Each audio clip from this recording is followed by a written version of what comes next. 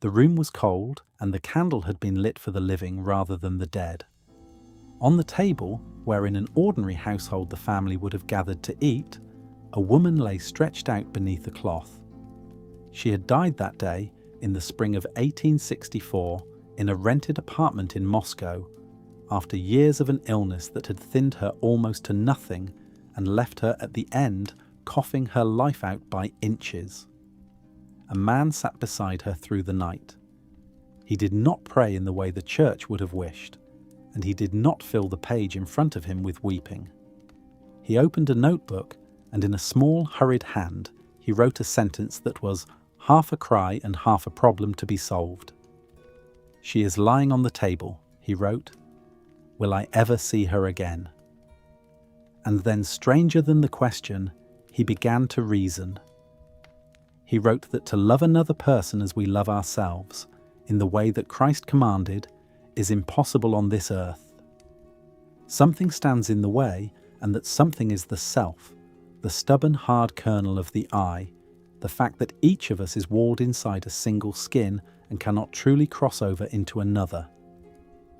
Only one figure in all of history had managed it, he thought, and that figure was an ideal we strain toward and never reach. He sat with his dead wife and worked at this like a man turning a key that will not fit, and the tenderness in it is almost unbearable, because he was not a tender man by reputation, and the marriage he was mourning had not been a happy one. The man was Fyodor Mikhailovich Dostoevsky. He was 42 years old, in debt, exhausted, and famous in the way that brings creditors rather than comfort. And here is the thing that ought to stop us. In the very same weeks that he sat writing those aching lines about a love he could not achieve, he was finishing a short and furious book narrated by a man who cannot love anyone at all. A man who has locked himself away from every human tie and calls the locking freedom. The gentlest metaphysics and the coldest voice in Russian literature came out of the same hand, in the same season, from the same grief. To understand the book, you have to begin here, at the table, with the candle and the notebook and the impossible question. The book is called Notes from Underground, and it is the negative image of that night. Everything its narrator denies, its author was privately dying to affirm. Dostoevsky had already lived several lives by the time he wrote it. As a young man in the 1840s, he had been a literary sensation, praised on his first novel as the arrival of a great new talent, only to watch the applause curdle within a year or two. Then at 28, he had been arrested for belonging to a circle of idealists who met to read forbidden books and dream of a juster Russia.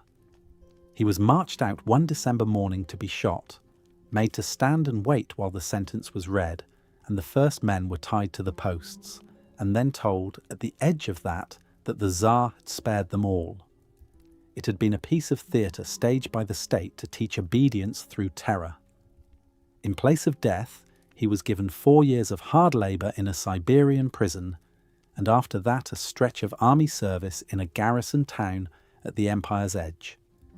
He did not see Petersburg again for a decade. He went into that silence a young radical who believed that reason and progress would remake the world, and he came out of it a man who no longer trusted any system that promised to. He returned in 1859 to a capital that had moved on without him.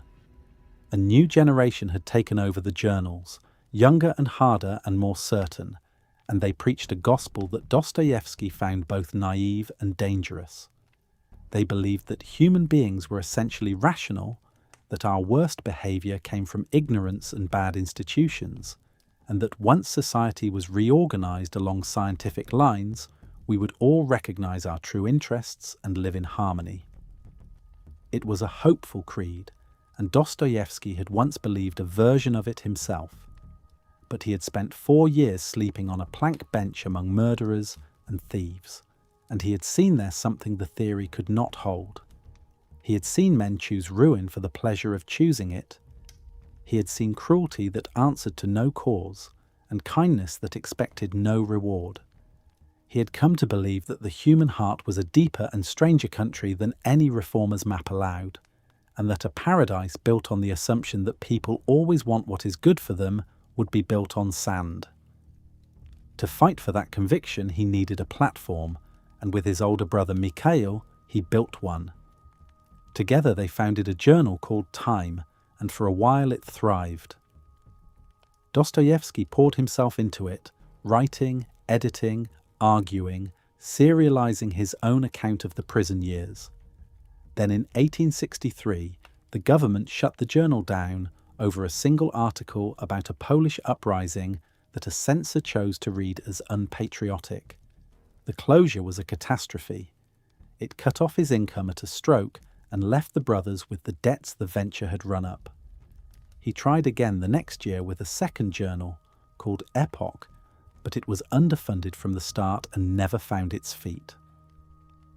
He was writing now not out of ambition but out of desperation, to keep a roof over several heads, chasing money he had usually already spent. And he made the desperation worse in the way that people sometimes do.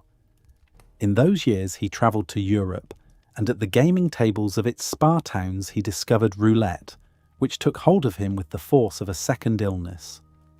He would develop a whole private theology of the wheel, a conviction that with enough self-control he could beat it, and he lost again and again, pawning what he had and borrowing what he did not. There was a turbulent love affair abroad as well, with a proud young woman who wounded him and whom he could not leave alone. He was learning, in his own person and at close range, the very thing his book would insist upon: that a man will act against his own plain advantage, will walk knowingly into loss and humiliation, not because he is stupid, but because some hungrier part of him would rather feel alive and ruined than safe and managed. Through all of this, his first wife was dying. He had married her years earlier, out in the exile years, a proud and nervous widow named Maria Dmitrievna, and the marriage had brought more torment than peace to them both. By the early 1860s, her consumption was advanced, and he had moved her to Moscow and its milder air, and shuttled back and forth between her sickbed and the failing journal in Petersburg. So the book was written in a house of death, in snatched hours, by a man watching a woman cough herself toward the grave while creditors wrote to him and a magazine collapsed under his hands. Part of it appeared in print in the first issues of that year. The rest appeared in April, the very month she died. That is the atmosphere the book was breathed out of, and you can feel it on every page.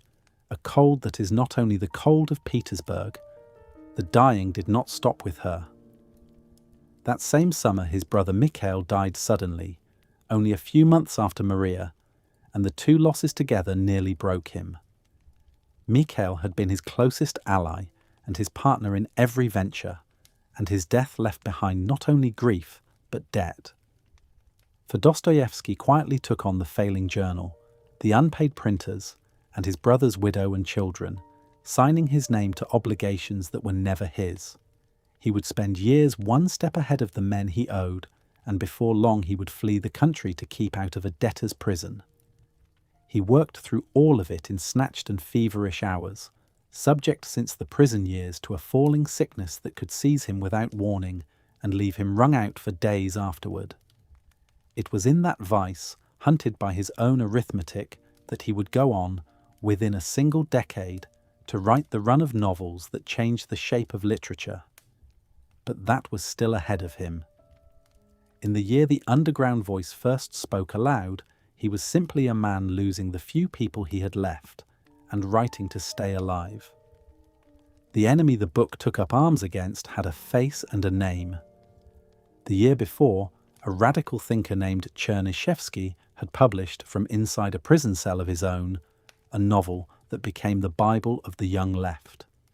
It imagined a coming world of reason and cooperation and enlightened self-interest, a society engineered so well that unhappiness itself would wither away, and it pictured that future as a great palace of glass and iron, luminous and rational and final.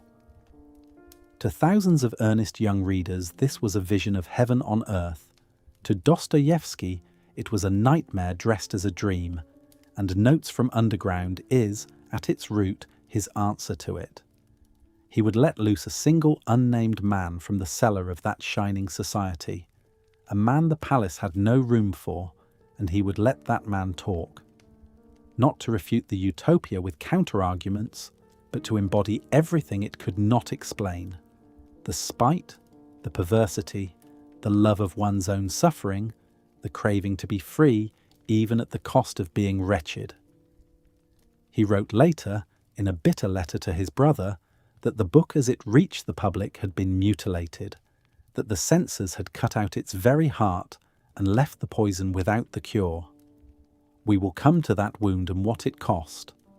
For now it is enough to hold the two images together, because the whole of what follows lives in the space between them. On one side, a man at a table in Moscow, keeping vigil over a body, straining with everything in him to believe that love can cross the wall between one soul and another. On the other, the voice he was setting loose upon the world, a voice that has given up on that crossing entirely and has made a home, a proud and miserable home in the underground. Dostoevsky knew both men. He was both men. And out of the quarrel between them, he made the first great confession of the modern age, a book so far ahead of its moment that the moment simply looked past it and only much later turned back and shivered and recognized itself. Chapter 2. A sick and spiteful voice. Some books open by trying to win you over. This one opens by daring you to leave. I am a sick man, the narrator says, before he has given you his name, before there is any room or window or weather to hold on to. I am a spiteful man. I am an unattractive man. He suspects there is something wrong with his liver, but he refuses to see a doctor, and he wants you to know that he refuses out of pure spite. He understands that by neglecting himself he harms nobody but himself, that his liver takes no notice of his defiance. That is precisely why he does it. The illness is the one thing he owns outright, and he would rather suffer it on his own terms than be mended on somebody else's. We learn quickly who is speaking. He is a retired official, 40 years old, who once shuffled papers in a government office and took a small, mean pleasure in being rude to the people who came to his window. A distant relative has died and left him just enough money to stop working, and so he has stopped and withdrawn into a shabby rented corner of Petersburg and shut the door. He calls that corner his hole, and he means it as a boast. From inside it he has decided to write everything down, and the everything turns out to be less a story than an assault. For the strangest thing about this confession is that it is aimed at someone. The narrator does not talk to himself, or not only to himself. He talks to you, to an imagined audience of educated, comfortable readers whom he addresses as gentlemen, and he cannot leave them alone. He anticipates their objections and sneers at them in advance. He accuses them of thoughts they have not had yet. He builds little courtrooms in the air and prosecutes people who are not there.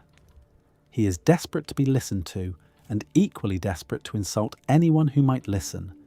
And he keeps both needs running at once, so that every sentence reaches out a hand and slaps it away in the same motion. He is the loneliest kind of talker, the kind who has an argument with the whole world inside an empty room. Dostoevsky framed the thing with great care. He presented the book not as his own utterance, but as a found document, the private notebook of a man he had invented, and he stepped forward only once, in a short footnote at the very start, to say so. The author of these notes is imaginary, he tells us, and then he adds a warning that should make us sit up. This narrator may be a fiction, he says, but men like him are the inevitable product of the age, and we will meet them whether we wish to or not. We will come back to that warning near the end, because it turns out to be the hinge on which the whole book swings, the moment when one sick man in a corner becomes a diagnosis of an entire age.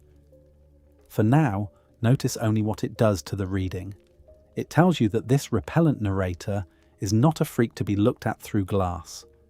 He is a specimen of something, and the something might be you. The book comes in two unequal halves, and they run backward in time, which is itself a kind of provocation. The first half is nearly all thought, a long, circling, brilliant rant in which the narrator lays out his view of consciousness, freedom, reason, and the future, and defends his right to be exactly as wretched as he is. The second half drops the argument and tells 3 or 4 scenes from his younger life, 16 years earlier, when he was still out among people and still barely capable of being wounded by them. The order matters. We meet the finished creature first, hardened and underground, and only afterward are shown the ordinary humiliations that made him. It is as if a man handed you his conclusions and then reluctantly let you see the evidence and left you to notice that the evidence does not flatter him at all. What Dostoevsky had done, without quite announcing it, was to invent a new kind of hero, or rather to invent the anti-hero and put him at the centre of the stage.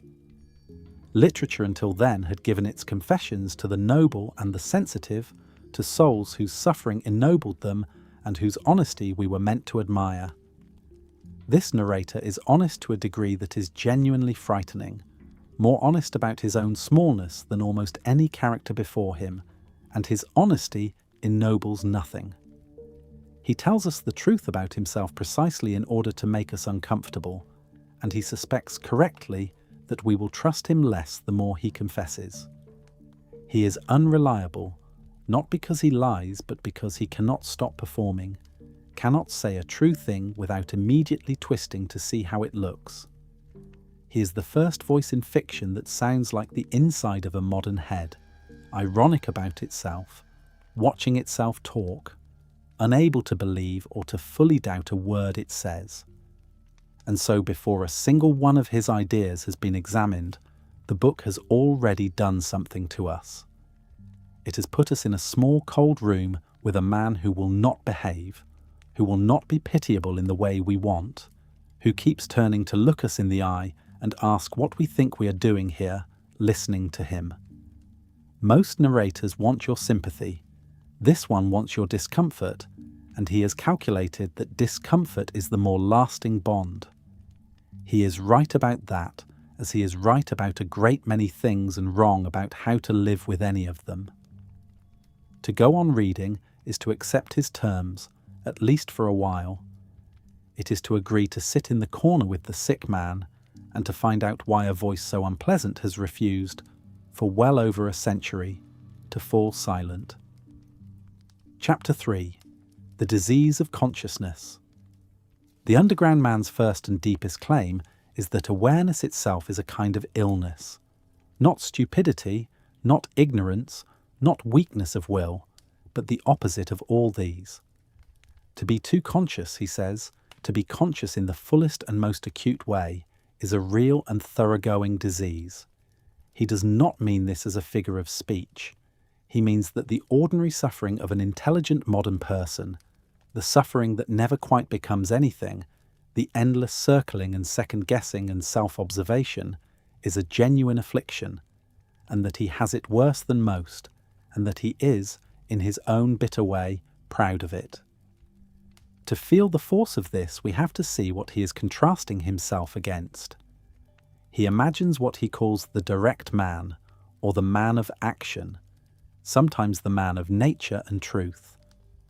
This is the person who acts without a shadow of hesitation, who wants a thing and reaches for it, who is wronged and strikes back, who never once stops to ask whether he has the right. When such a man is insulted, he lowers his head like an enraged bull and charges straight at the object of his anger, and nothing but a stone wall will stop him. He takes his revenge as simply as he digests his dinner. He calls it justice, and he believes it, and he sleeps soundly afterward. To the underground man, this creature is almost a different species. He watches it with a mixture of contempt and helpless envy, the way a sleepless man watches someone drop off the moment their head touches the pillow. The direct man is limited and does not know he is limited, and it is exactly his not knowing that lets him live. Because the moment consciousness enters, action becomes impossible. Set the same insult in front of the overconscious man and watch what happens.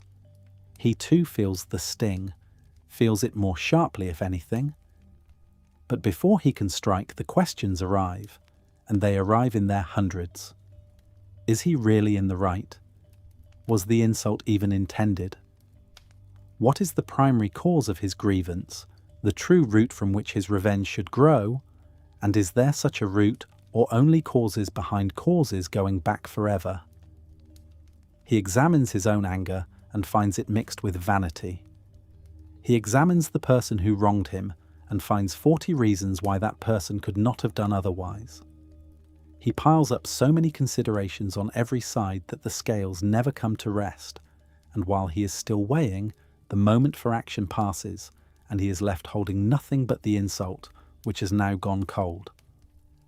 He cannot avenge himself, and he cannot forgive and forget either, because forgetting would require the same simplicity that revenge required. So he does the only thing left to a creature so equipped. He carries the insult back into his corner, and he keeps it. This is the image at the heart of the first half of the book, and it is worth dwelling on because everything else grows from it. The overconscious man is a mouse, the narrator says, not a man, but a mouse, and when it has been humiliated, it does not roar and charge. It creeps into its hole beneath the floor, and there, in the cold and the dark, and the stink of its own resentment, it begins to go over the injury.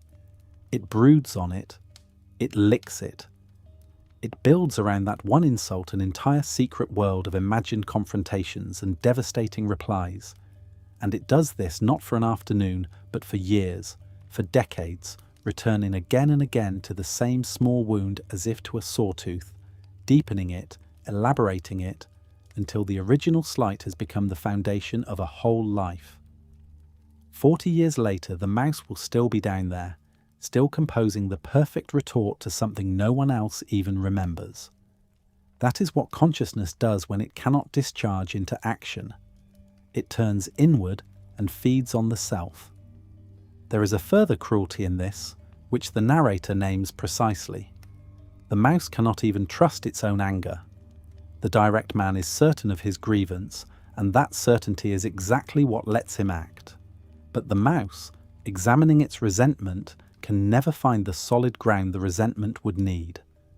It cannot locate what the narrator calls the primary cause, the original clean wrong on which a justified revenge could be built, because behind every cause it uncovers another, and behind that one another, until the whole notion of a first injury dissolves into an endless corridor of reasons. Worse, it begins to suspect that its own suffering is partly a pose, that it has talked itself into the outrage, that a genuinely wronged man would not need to keep proving to himself that he had been wronged. And so, even the spite, the one hot thing the mouse has left, comes to feel second-hand and doubtful, a feeling it is performing rather than simply having. To be this conscious is to lose even the honest use of your own pain.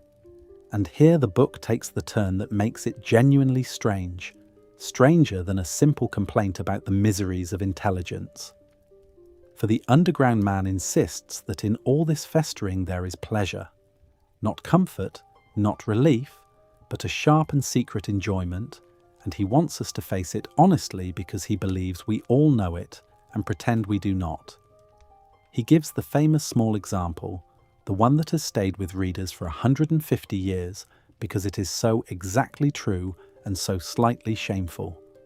Consider, he says, a man of some education who has a toothache. The pain is real, but listen to his moans through the wall on the second or third day. Those are not the innocent groans of a peasant who simply hurts. They are the moans of a developed man, and there is something else in them, a nasty little relish, a knowledge that the moaning is useless, that it helps nothing and only irritates the whole household, that his wife and children are lying awake and disgusted by him. He knows all of this, and he moans on, and part of him is enjoying the fact that he is spoiling everyone's night, enjoying his own repulsiveness, enjoying that he cannot even suffer cleanly, but must turn his suffering into a performance that no one asked for. That is the deepest and darkest of the narrator's insights, and it is the one that separates him from every ordinary grumbler. He has discovered that a fully conscious person can take pleasure in his own degradation. When you have watched yourself long enough and clearly enough, when you have seen through your own excuses and know exactly how small and mean and cowardly you can be, there comes a point where you stop struggling against the knowledge and instead sink into it and find at the bottom of it a bitter sweetness. At least this baseness is mine. At least in owning it completely, I have got there before you. I have said the worst about myself, so that your judgment can no longer touch me. I have made a home in the very place you would use to shame me. He describes reaching such a pitch of humiliation that it flips over into a kind of pride, a luxury of self-contempt, an enjoyment of despair itself. Even in his groaning, he says, even in the lowest condition, there is a pleasure to be squeezed out, and he squeezes it. We should be careful not to look away too quickly, because the narrator is not describing an exotic madness. He is describing something almost everyone has felt in miniature, and few will admit. The satisfaction of picking at a wound. The strange reluctance to be comforted when we are miserable, because the misery has become interesting, and comfort would take it away. The way an evening of self-reproach can start to feel almost cozy, almost chosen. The underground man has simply taken these ordinary movements of the mind and followed them all the way down, refusing at every step to soften what he sees. He has made a system out of the thing we do in secret and call by no name. Underneath every one of these examples runs the same mechanism, and it is the truest thing the book has to say about the modern mind. The overconscious man is never simply doing anything. He is always also watching himself do it, and then watching himself watch, in a hall of reflections that has no final mirror. He cannot feel an emotion without at once observing the emotion, appraising it, wondering whether it is real or borrowed from something he once read, catching himself in the act of having it. His feelings reach him already in quotation marks. When he is moved, a second voice notes that he is being moved and asks whether he truly means it. When he is sincere, a third voice mocks the sincerity as a performance of sincerity. He can never get to the bottom of himself, never reach a plane floor of feeling he might stand on, because every floor turns out to have a trapdoor, and beneath it the same face looking up, faintly amused. This is part of what it costs to see everything. You lose the one possession the direct man enjoys for nothing, which is the ability to be, for a single moment, all in one piece. What he has really done is turn consciousness against life. The direct man is stupid and alive. The mouse is brilliant and half dead, and it has begun to prefer its own death, because at least the death is lucid and voluntary and cannot be taken from it. Everything the world calls health, action, appetite, the simple forward motion of a person who wants things and goes after them, has come to look to this narrator like a failure of intelligence, a comfortable blindness he is too honest to share. And everything the world calls sickness, the hesitation, the brooding, the endless inner commentary, he has claimed as a grim badge of superiority. He is more awake than the men around him, and being more awake has cost him the ability to live. He would not trade the awareness for the life. That is his tragedy, and as he tells it, his one perverse triumph. He sees clearly, and what he sees is that seeing clearly is the disease for which there is no cure that he would be willing to accept. Chapter 4. The Wall and the Arithmetic. The underground man has a quarrel with mathematics. It sounds absurd when you put it that way, and he knows it sounds absurd, and he says it anyway, because the absurdity is the point. Twice 2 makes 4, he agrees, is an excellent thing, but twice 2 makes 4, he adds, is also a piece of insolence. It stands in the road with its hands on its hips, blocking your way and spitting, entirely sure of itself, indifferent to whether you like it. And then he says the sentence that has puzzled and delighted readers ever since. Twice 2 makes 4 is not life, gentlemen. It is the beginning of death. To understand what he means, we have to understand the wall. The wall is his name for everything that cannot be otherwise, the whole hard order of fact that meets us whenever we push against the world. The laws of nature are a wall. The truths of arithmetic are a wall. The fact that you were born when and where you were born, into this body and no other, is a wall. Your own death waiting at the end is the last and highest stretch of it. The wall is simply reality in its aspect of the given, the part of existence that does not consult you, that was settled before you arrived, and will not be moved by anything you feel about it. And the reasonable people, the men of science and progress, have a clear instruction about the wall. You bow to it, you accept it. Since you cannot break through it, you make peace with it, you call your acceptance maturity, and you get on with the business of living inside the limits it draws. The direct man does this without effort. He meets the wall, sees that it is a wall, shrugs, and turns back to his dinner. For him, the impossibility is not even an insult. It is just the shape of the world, and he no more resents it than he resents the weather. The rational man does it with a little more ceremony, dressing his submission in the language of wisdom, telling himself that to accept necessity is the beginning of freedom. Both of them treat the wall as a reason to stop wanting. The wall says no, and they let the no settle their desire, and the desire goes quiet, and they are at peace. And yet the wall has a peculiar cruelty the reformers never mention. When a person wrongs you, there is at least someone to blame, someone whose fault it is, a defendant you could in principle drag before a court, even if only the imaginary court inside your own head. The wall offers nothing of the kind. The laws of nature are guilty of nothing. Arithmetic did not set out to insult you. Your death is no one's crime. There is a grievance here, a real and burning sense of having been wronged by the very terms of existence, and there is absolutely no one to present it to. That, the narrator sees, is the worst of it. A wrong with a wrongdoer can at least be answered. A wrong with no author can only be swallowed, and it goes down like a stone. And it sits there. The reasonable man tells you the laws of nature are easy to accept because no one is at fault. The underground man discovers that no one being at fault is exactly what makes them impossible to accept. The underground man will not do it. He stands in front of the wall and refuses to be reconciled, and he refuses precisely because everyone is telling him he should be. He knows he cannot break through. He is not stupid. He is not claiming that if he wishes hard enough the wall will fall, or that 2 and 2 will politely rearrange themselves into 5. He grants the wall all its solidity.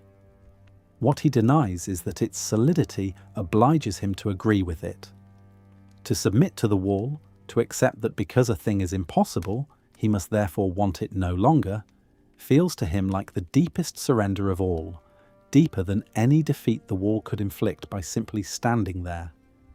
It would mean letting arithmetic reach inside him and edit his desires.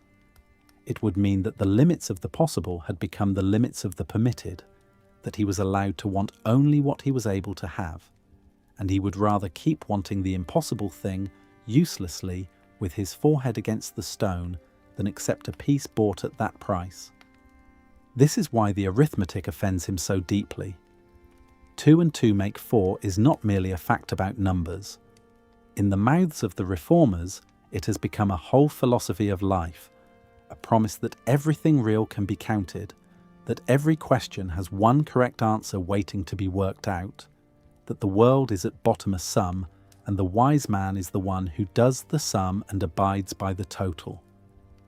Against a universe run entirely on that principle, the narrator sets a small, ridiculous, unkillable protest. Twice 2 makes 5, he says, is sometimes a very charming thing. He is not asserting a falsehood. He is defending the right to prefer the false and the impossible, to keep a door open where the arithmetic insists on a wall, to hold on to the 1 square inch of himself that is not accounted for in anyone's sum. Because a man who has agreed that twice 2 makes 4 and has let that agreement decide what he may hope for has in a sense already died. He has become a thing that reality can finish calculating. The stir of life in us, the narrator suspects, lives exactly in the refusal, in the stubborn wanting of what cannot be, in the child's outrage that things are as they are and not as we would have them. There is something both magnificent and pitiful in this, and the book holds the two together without letting us choose. Magnificent, because he has put his finger on a genuine truth that a purely rational acceptance of necessity, carried all the way, would extinguish something we are not willing to lose, some spark of protest that we feel is the very sign of our being alive rather than merely existing. We do admire the ones who rage against a fate they cannot change. We do sense that a life lived entirely by the sums would be no life at all, but pitiful too, because the underground man cannot rage against a fate and then go on living. His protest has nowhere to land. He is not standing at the wall of a tyranny he might overthrow or an injustice he might correct. He is standing at the wall of arithmetic, banging his head against the number 4, and there is no glory in that, only a headache and a man who will not come in out of the cold. He has taken a real insight that we are more than calculating machines, and he has turned it into a reason to do nothing but suffer conspicuously in front of a wall that does not know he is there. And notice what he will not consider, the possibility his whole performance is designed to keep out of view. He treats the only 2 options as submission or protest, bowing to the wall or beating himself against it. He never asks whether there might be a third thing a person could do with the given limits of a life, whether one might accept the wall not as a defeat, but as the ordinary condition of any real love or work, the frame within which something can actually be built. That question does not occur to him, or rather he keeps it from occurring to him, because to ask it would be to climb up out of the corner, and the corner is where he has decided to live. So he stays at the wall.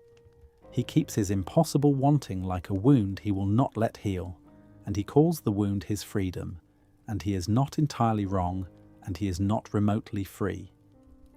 Chapter 5. The Most Advantageous Advantage. The men Dostoevsky was writing against believed they had found the formula for human happiness, and the formula was simpler than anyone had dared to hope. People are unhappy, they argued, because they do not understand their own interests. We behave badly, cheat and quarrel and destroy, because we are ignorant, because we miscalculate, because we grab at a small immediate pleasure and miss the larger and more lasting good that patience and cooperation would bring. But teach a man to see clearly what is truly to his advantage. Show him that his real interest lies in reason and decency and the common welfare, and he will choose the good as naturally as water runs downhill. Enlighten the self-interest and virtue follows. Educate the whole of society this way, and crime, poverty, and cruelty will fall away like symptoms of a fever that has broken.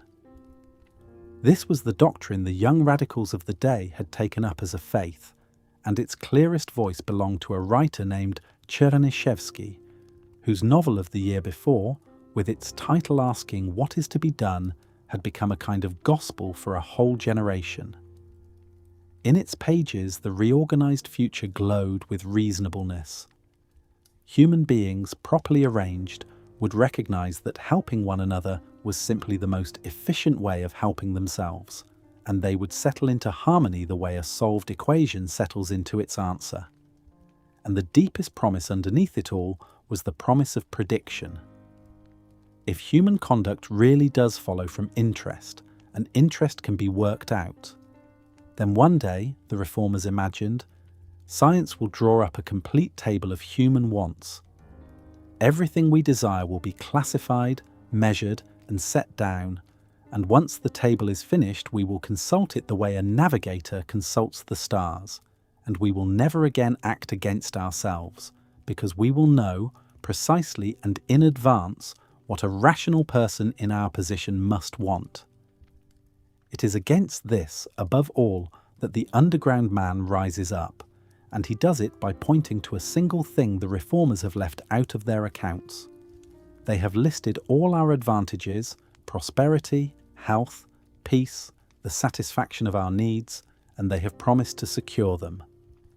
But there is one advantage, he says, the most advantageous advantage of all, that appears on none of their lists, that fits into none of their columns, and that a man will choose over every other good the moment the two come into conflict.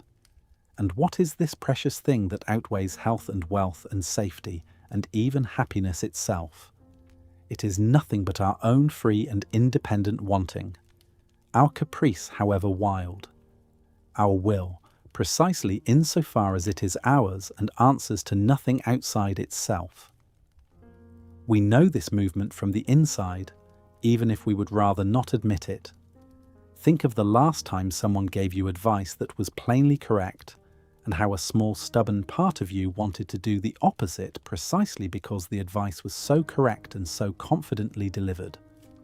Think of a resolution kept easily until the moment another person made you promise to keep it, at which point it became almost unbearable. Think of the obscure satisfaction of missing an appointment you could have made, refusing a kindness you could have accepted, saying no for no reason you were able to defend.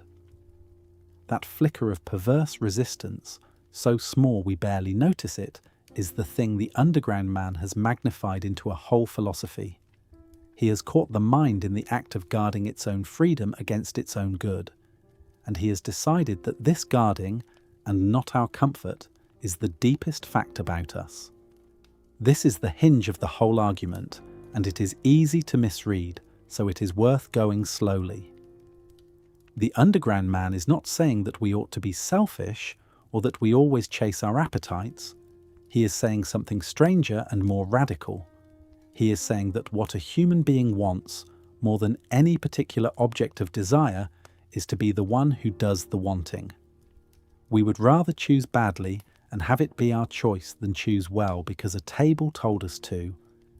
Offer a man a guaranteed paradise on the single condition that he never again make a genuine decision, that every wish be supplied before he can even form it, and something in him will refuse, will rear back, will want to smash the whole arrangement, not because the paradise is bad, but because it is not his.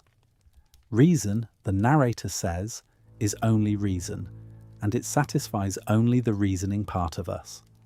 But wanting is the manifestation of the whole of life, all of life, with everything in it, and a life reduced to reason alone is a life with most of itself amputated.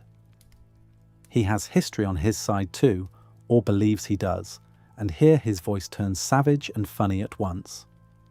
You tell me, he says, that as men grow more enlightened they grow gentler, that civilization is slowly reasoning the cruelty out of us. Then open any history book. Look at the record of the most polished and educated ages and count the dead. Man has waded through oceans of blood in the name of his highest ideals, has learned to kill with more refinement rather than less as his refinement grew, and has never once lacked a lofty reason for a low act. If we were the reasonable creatures the tables assume, some sign of it would show in the record, and it does not. The one thing you can say with confidence about the human animal, surveying its whole long career, is that it is not reliably reasonable, that it loves building and it loves wrecking, that it will chase an ideal straight off a cliff and name the falling flight. The reformers have raised their shining future on a picture of man that man himself has spent the whole of recorded time contradicting. And so he makes his wild prediction, the one that sounded like raving in 1864 and has come to sound like prophecy. Suppose, he says, that the reformers get everything they want.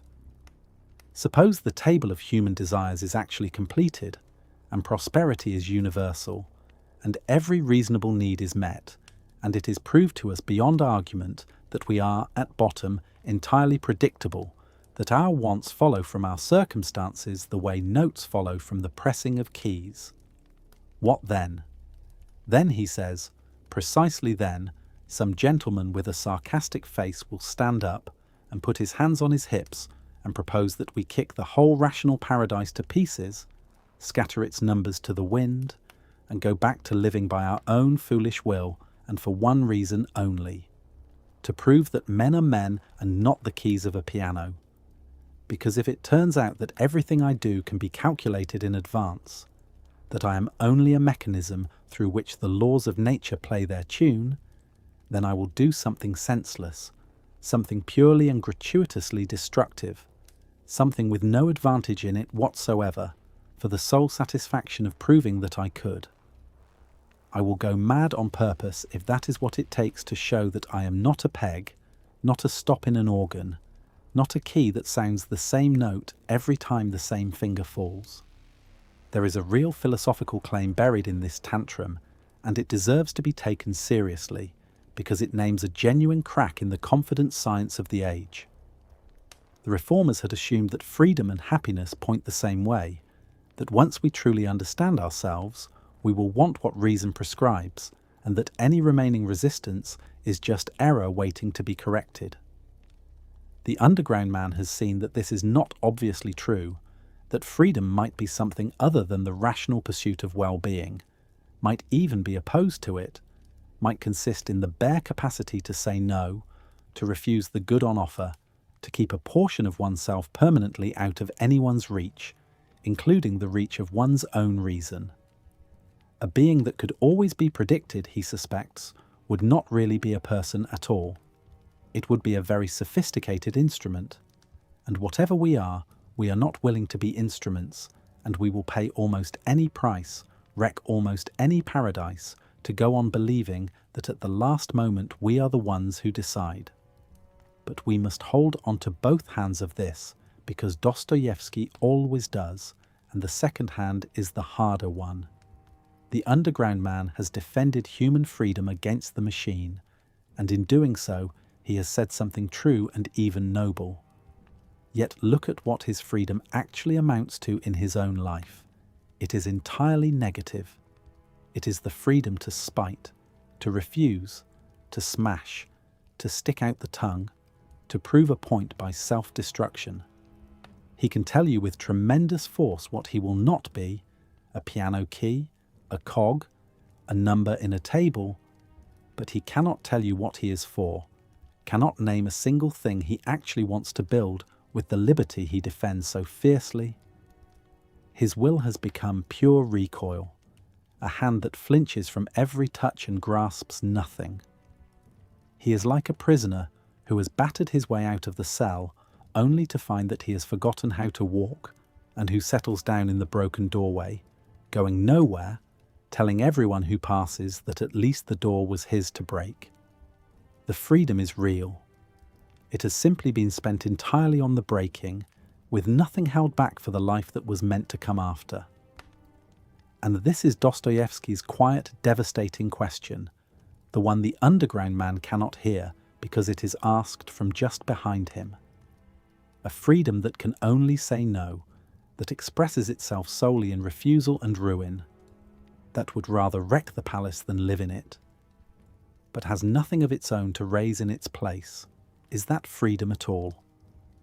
Or is it only another kind of prison, one with no walls, which is exactly why no one can ever break out of it? The narrator has proved magnificently that we are more than piano keys. He has not begun to show what more we might be, and the terrible thing is that he suspects he never will. Chapter 6. The Palace You Cannot Live In. There is a building at the centre of the underground man's nightmare, and it is made of glass. The reformers of his day had a favourite image for the future they were promising: a vast hall of iron and glass, luminous and perfectly ordered, in which a redeemed humanity would live without want or conflict. It was meant to be the final home of the species, the place where all our striving at last comes to rest. And it is exactly this, the finished paradise, the goal actually reached, that the narrator cannot bear to contemplate. Not because he doubts it could be built, because he is afraid it could. His objection is not the obvious one. He does not say the palace would fail, that the plans are flawed or the engineering unsound. He grants the reformers their success and attacks the success itself. A crystal palace, he says, is a thing you cannot stick your tongue out at. And in that strange little complaint, the whole argument is folded up. A real dwelling, a human one, is something you can grumble in, resent, mock, want to leave. But this palace is too perfect for that. It is so complete, so rational, so plainly correct in every particular that any objection to it would be simply stupid, a childish tantrum against the self-evidently good. And a place where you are no longer permitted even to stick out your tongue, where dissent has become not forbidden but impossible, absurd, unthinkable, is not a paradise to this man. It is the most airless prison he can imagine, and the fact that its walls are transparent only makes it worse. He sharpens the point with a joke about a hen house. "I am cold and it is raining," he says, "and if someone offers me a warm hen house to shelter in, of course I will take it and be grateful and stay dry. But do not tell me the hen house is a palace. Do not ask me to worship it, to call it the final answer, to pretend that shelter from the rain is the whole of what I was made for. A hen house does the job of a hen house. The moment you insist that it is the eternal and perfect home of humanity, that there is nothing beyond it to want, it becomes a cage. And I would rather stand out in the cold and keep my wanting than come inside and give it up." The reformers cannot understand this, because to them wanting is just a symptom of lack, something the palace exists to abolish. To the underground man, wanting is the sign of life, and a home built to end it forever is a home built for the dead. Behind the joke stands a graver figure, the ant. Consider the ant, the narrator says, and its ant hill. There is a creature that knows exactly what it is doing. It builds and builds, the same structure in the same way, and it will go on building ant hills from now until the end of the world, never doubting, never pausing, never once wondering whether the ant hill is worth it. The ant has reached its final form. Its labour and its goal fit together without a gap. And that, the narrator suggests, is precisely what we are being offered and precisely what we are not. For man is not an ant. Man is the creature who loves the building far more than the building's completion, who is happiest not in the achieved goal, but on the road toward it, in the middle of the work, still reaching. Give him the finished anthill, hand him the goal itself, and he grows restless and strange, because the achieving was the whole of the joy, and now there is nothing left to achieve. And so we arrive at the darkest and most honest thing the chapter has to say, which is that man is ungrateful. Ingratitude, the narrator declares, may be his single most defining trait. Set him down in the middle of an earthly paradise, surround him with prosperity and peace, leave him nothing to do but be happy, and one of two things will happen, both of them ruinous to the dream. Either he will sink into a boredom so total that he begins to long for anything, any disruption, any pain, simply to feel the current of life moving again.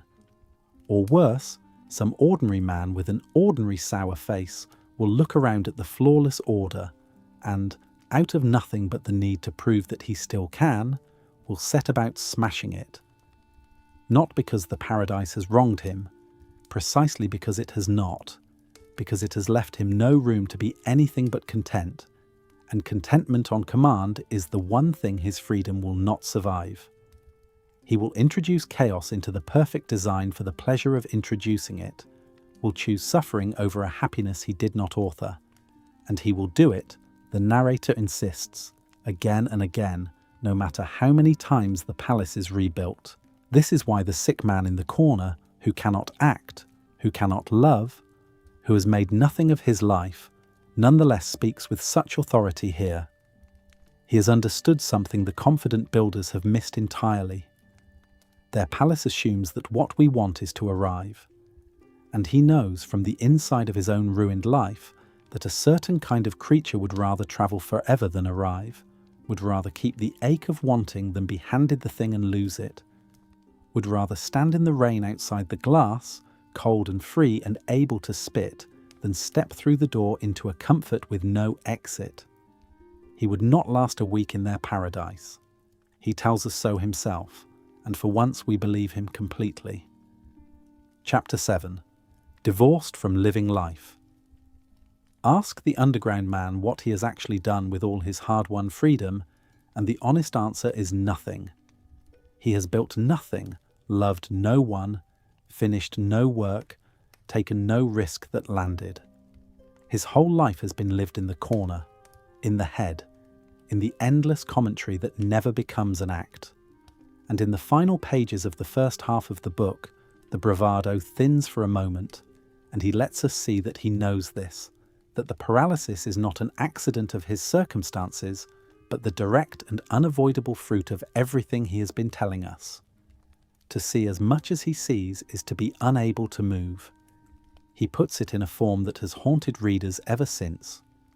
At the very opening, he told us he was a spiteful man, and now he takes it back. Or rather, he confesses that even this was a boast he could not make good on. He was never able to become spiteful, he admits, and not only spiteful. He was never able to become anything at all.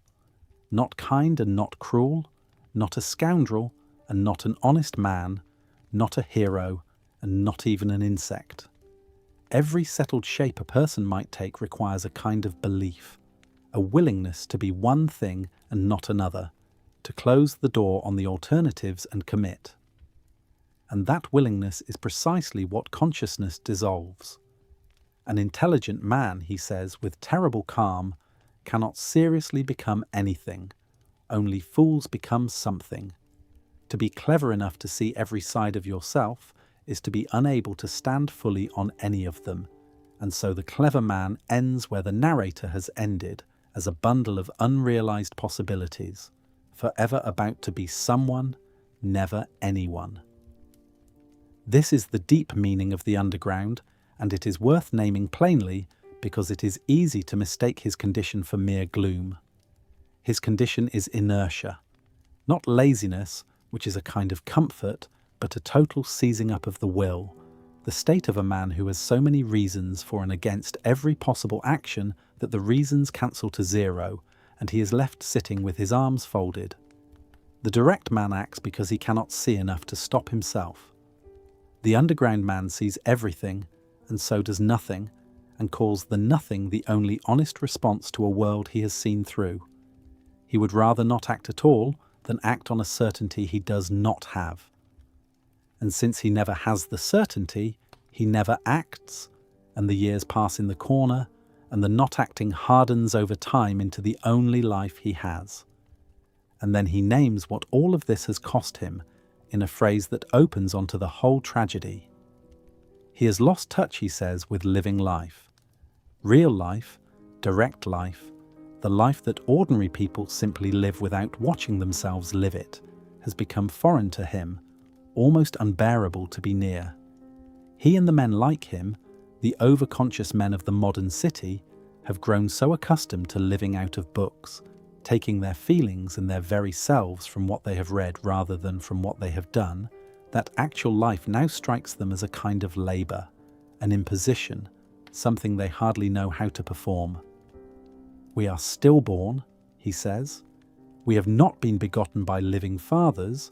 We have been manufactured out of ideas, and we are growing more and more content to be so, until soon we will find some way to be born from an idea directly and skip the messy business of living altogether. There is a grief under the bitterness here that the earlier pages kept hidden. He is not only proud of his difference from the ant and the direct man. He is mourning, in his sideways fashion, a whole dimension of existence that he can describe with perfect clarity and can no longer enter. You can feel that grief most sharply in a small thing the book keeps circling, the ordinary ease of other people.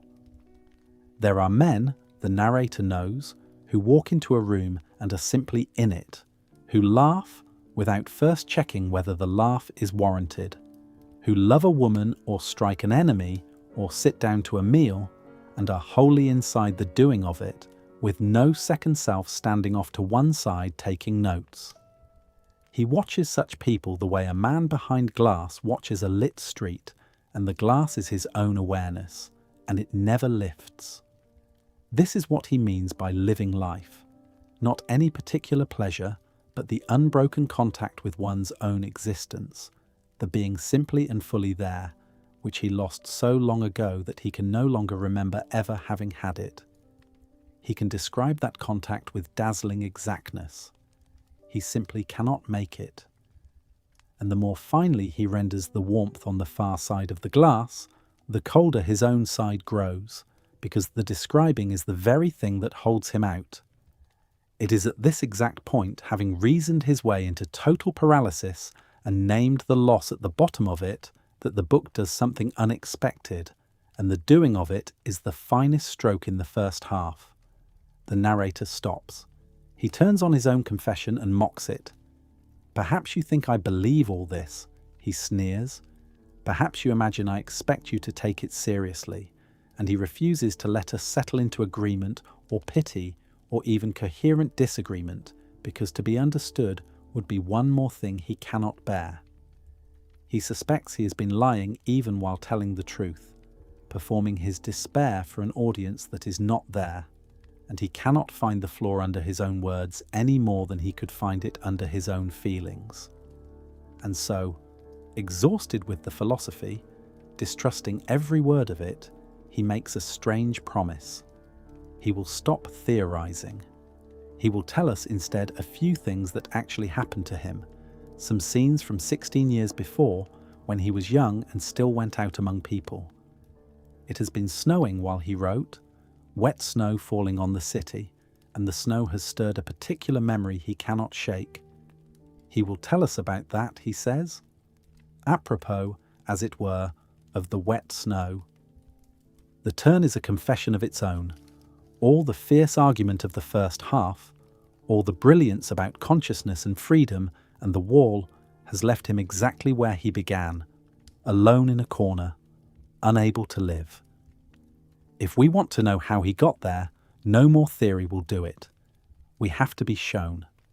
We have to leave the airless room of the mind and step out into the falling snow of the past, into the streets and the taverns, and the one lit house where the young man he used to be did the things that made the old man he became. The philosophy has told us what he thinks. Now the memory will show us what he is and whether the two can even be told apart. Chapter 8. Apropos of the wet snow.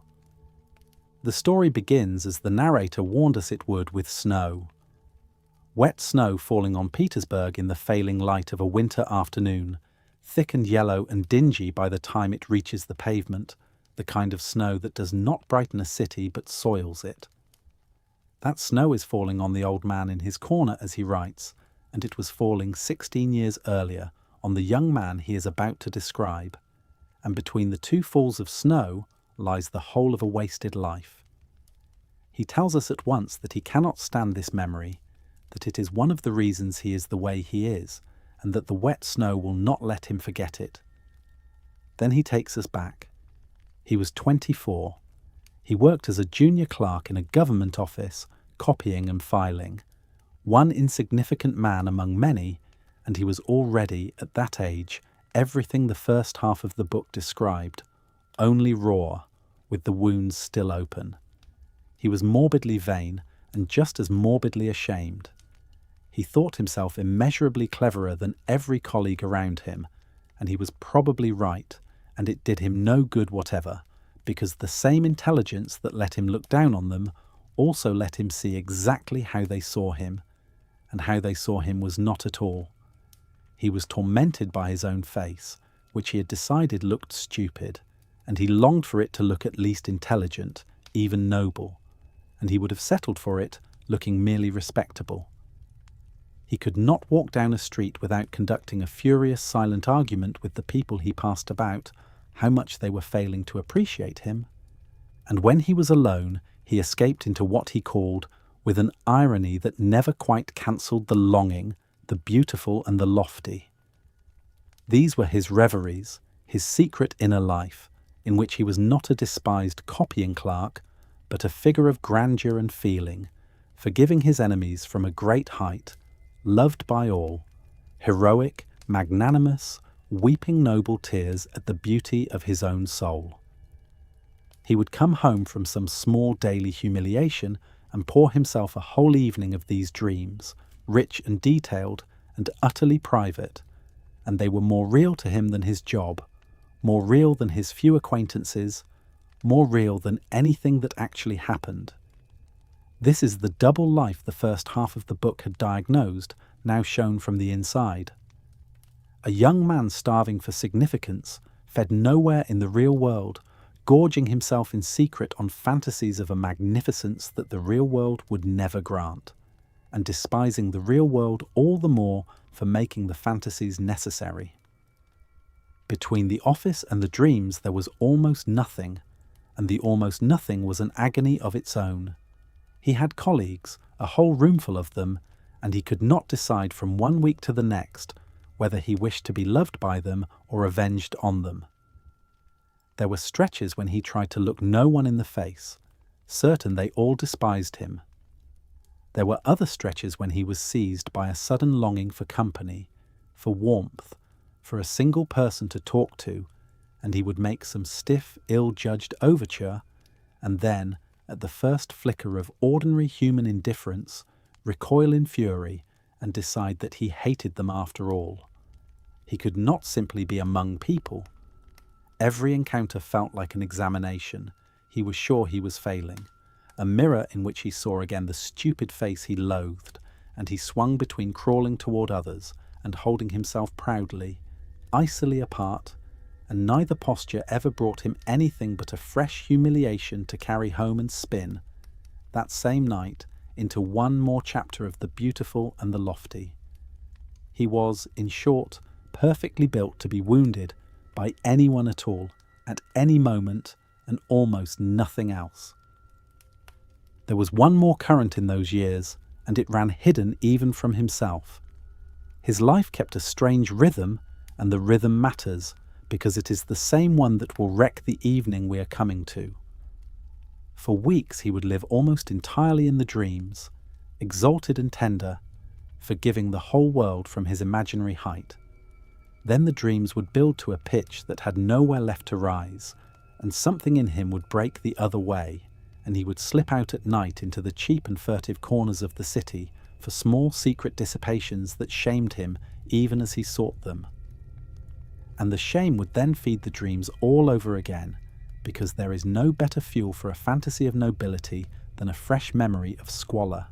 Up and down he went, the sublime in the daylight of his imagination, and the sordid in the actual dark, and the two were not enemies, but partners, each one making the other necessary. A man built like that does not need anyone to ruin him. He is his own weather, and a storm is always somewhere on its way in. Then one night the real world touched him, and it did not even mean to. He was in a tavern, hovering near a billiard table, when an officer who needed him out of the way took him by the shoulders, and without a word, without a glance, silently moved him from one spot to another and passed on. That was all. The officer did not strike him, did not insult him, did not so much as register that a person had been handled. He moved the young man exactly as he would have moved a chair that stood in his path, and went about his evening, and forgot it before it was finished. And this nothing, this 3 seconds of being treated as furniture, became one of the central events of the narrator's life. Because to be insulted is at least to be seen. To be an enemy is to be a someone. But to be moved aside like an object, to be so far beneath notice that your displacement does not even rise to the level of rudeness, is to have your very existence as a person quietly denied, and that denial went into him like a splinter, and did not come out for years. What he did with the splinter is the heart of the episode, and it is at once absurd and unbearably recognizable. He did not confront the officer. He brooded. He followed him in the street to learn his name and where he lived.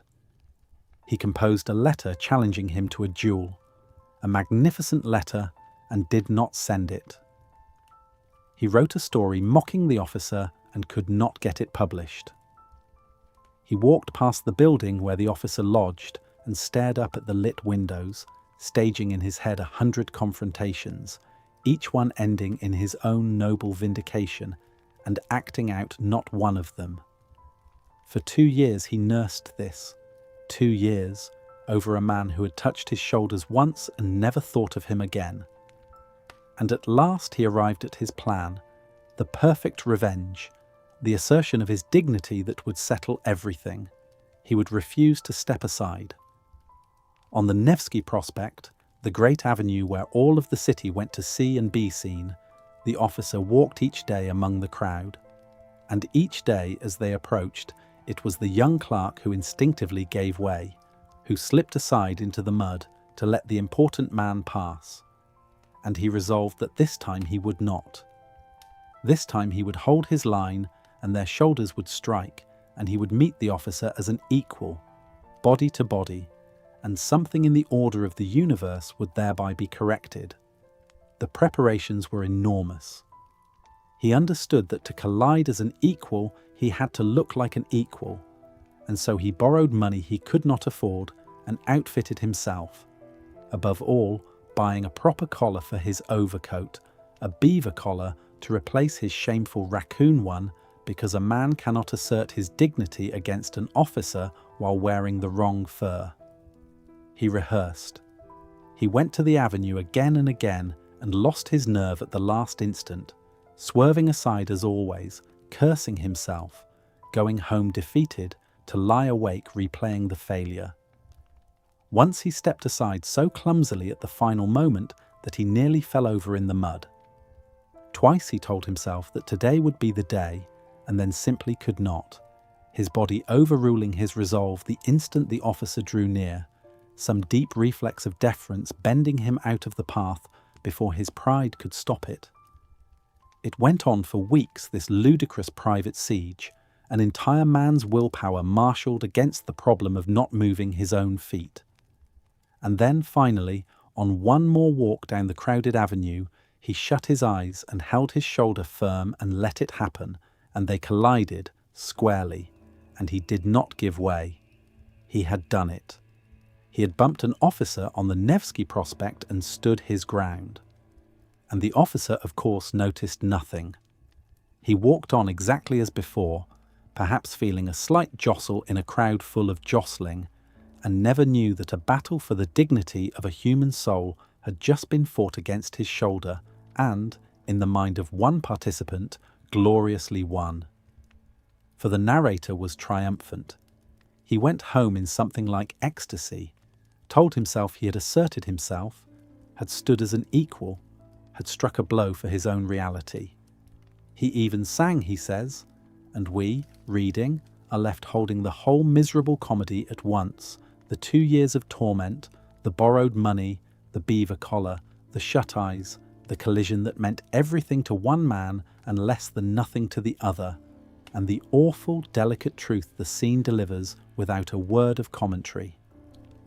The underground is not a philosophy. It is a life in which the only victories are invisible to everyone but the man who wins them, and are not really victories at all. And the hunger that had driven him at the officer, the raw need to be counted as real by other men, was not fed by the collision. It was only teased, and it went on starving. So that when, not long after, an old schoolfellow mentioned in passing that a few of them were getting up a farewell dinner for a former classmate, the narrator had every reason to envy and every reason to despise. Something in him leaned toward the invitation like a man leaning toward a fire he already knows will burn him. Chapter 9. A Farewell Dinner. The dinner was a trap, and the narrator built it himself, plank by plank, and then walked into it with his eyes open. That is the pattern of the whole second half of the book, And this is the scene where it shows most clearly. Nobody made him go. He was barely wanted. And precisely because he was barely wanted, he could not stay away. It began by chance.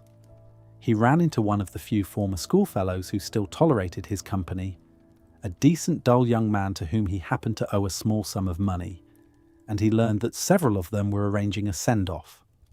One of their old classmates, a confident, handsome officer named Zverkov, was leaving for a posting in the provinces, and his friends were giving him a farewell dinner. Everything about this news struck the narrator like a series of small slaps. He had hated his school years, where he had been a friendless, bookish, precocious boy despised by the others and despising them in return. He had especially hated Zverkov, who had everything he lacked: ease, money, success with women, the gift of being liked without effort. And now here they all were, gathering to toast the golden boy, and no one had thought to include the sour clerk who had gone nowhere. The sensible response, the response any healthy man would have had, was relief at being spared a tedious evening among people he disliked. The narrator's response was to insist, on the spot, that he be allowed to come. To feel why the invitation had such power over him, you have to know what school had been. He had been sent there as a boy, fatherless and awkward, and he had been miserable from the first day. The other boys were ordinary and cheerful and cruel in the ordinary way of boys, and he was none of those things. He read while they played. He judged them from a height and burned at the very same time to be admired by them, and they felt the judgment and returned it, and their contempt only confirmed his sense of being finer and lonelier than any of them. Once, just once, he had tried to have a friend, fastening on one boy with a desperate, tyrannical intensity, demanding his whole soul, and had smothered the friendship to death within months and been left more solitary than before. That was what school had taught him about other people. That closeness was a thing you seized and destroyed, that to be known was to be despised, and that the safest posture was a wounded, watchful superiority. Zverkov was the living emblem of everything that world had denied him, and the chance to sit at a table and be denied it all over again was, to a man like this, almost impossible to refuse. They did not want him. He could feel that they did not want him, and he pushed past it and made his host name a share of the cost, and went home in a state of feverish anticipation that was almost entirely dread. He knew it would go badly. He spent the hours beforehand rehearsing, imagining scenes in which he dazzled them, crushed Zverkov with his wit, was at last recognized for the superior being he privately knew himself to be. He also lay awake picturing the humiliations that were far more likely. Both pictures excited him. He was going not in spite of the danger of being shamed, but half in search of it, because being shamed was at least a form of contact, at least a way of mattering to them, and to matter as a victim was better than not to matter at all. The evening delivered everything he feared and nothing he hoped. To begin with, they changed the hour, moving the dinner from 5 o'clock to 6, and no one troubled to tell him. So he arrived at 5 exactly, punctual and overdressed and already anxious, into an empty room, and stood there alone for a whole hour while the servants set the table around him, waiting, his anticipation curdling minute by minute into rage and shame. By the time the others arrived, easy and late and faintly surprised to see him, he was already wound to the breaking point, and from there it went the way such evenings go. They talked among themselves, about people he did not know and pleasures he had not shared. Zverkov was gracious to him in the worst possible way, with the careless, condescending kindness of a man who has nothing to fear from you. The narrator drank too much, too fast. He made a stiff, aggressive little speech. He tried to provoke them, and was met with amusement or, worse, with indifference. There was a moment early on when he raised his glass and proposed a toast of his own, a barbed one, meant to wound Zverkov under the cover of courtesy, and the table simply let it fall. A stone dropped into water that closed over without a ripple. There was a moment when he half challenged one of the others, some hot, ridiculous words about satisfaction and honor, and the man looked at him and laughed, actually laughed, and turned back to the conversation. Each thrust he made was not parried, which he could have borne, but absorbed and ignored, treated as the noise of a man who did not quite count. And that was the truly unbearable thing, the thing that undid him. They were not cruel to him. Cruelty would have been a kind of attention. They were merely careless, and their carelessness told him, more plainly than any insult could, exactly how small a place he occupied in their world. And then he did the thing that fixes the scene forever in the reader's memory, the thing that is unbearable to witness and impossible to look away from.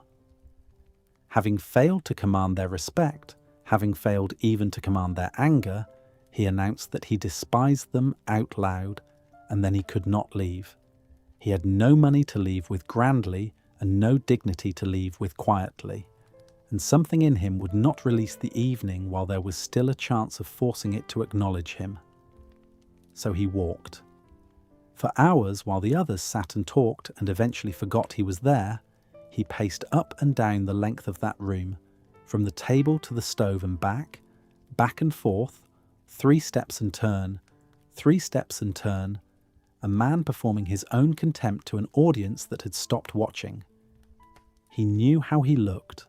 That was the horror, and in the underground way, the pleasure of it. He could see himself pacing, ridiculous, and he could see them not looking, and he went on pacing anyway, because to stop would be to admit the whole thing was over and that he had lost. And he simply could not let it be over. When at last they rose to leave, moving on to end the night at a house of women the way young men did, he should have gone home. Instead, he clung to them. He borrowed money from his host. Right there, the same man he already owed, borrowed it in front of everyone in a spasm of need so that he could follow. He told himself he was going to have it out with Zverkov, to slap him, to force a duel, to make the confrontation that would finally settle who he was. He got into a sledge alone and rode after theirs through the night, through the wet snow coming down over the dark city, shaking with cold and drink and fury, and a hope so twisted it can barely be named, rehearsing the great scene of vindication that was, of course, never going to come. The cold came straight through his thin coat and he scarcely felt it, warmed from inside by the drink and the rage. He was chasing his own humiliation across Petersburg at a gallop, certain that this time, at the end of the ride, he would finally be seen. What waited for him at the end of the ride was not Zverkov. It was a young woman he had never met, and the ruin he was about to make would not be his own. Chapter 10. The Speech in the Dark. At the head of the whole second half of the book, before the wet snow and the officer and the dinner, Dostoevsky placed a few lines from a sentimental poem of the day. In the poem, a woman who has fallen into shame is lifted out of it by the love of a good and earnest man, who takes her hand and calls her back to a clean life, and she weeps and is redeemed. It was a beloved story in that period, the fallen woman saved by a noble heart, and readers wept over it happily. Dostoevsky quoted the tender lines and then added, in his own dry hand, and so on and so on and so forth. That little sneer is a warning. Everything that follows is going to take that pretty story and turn it over to show what is crawling underneath, and the instrument he uses to turn it over is the scene we now come to, the only scene in the book where the underground man is offered something like a way out, and the scene in which he does his most lasting harm. He arrived at the house of women still boiling from the dinner, still hunting Zverkov, and found that the others had already gone on elsewhere. His grand confrontation evaporated before he could stage it. And so all that fury, all that need to assert himself, all the humiliation of the evening had nowhere to discharge until he found himself, some while later, awake in a small dark room beside a young woman he had barely looked at. Her name was Liza. She was 20, newly come to this life, not yet hardened by it, still close enough to an ordinary girl that ordinary feeling could still reach her.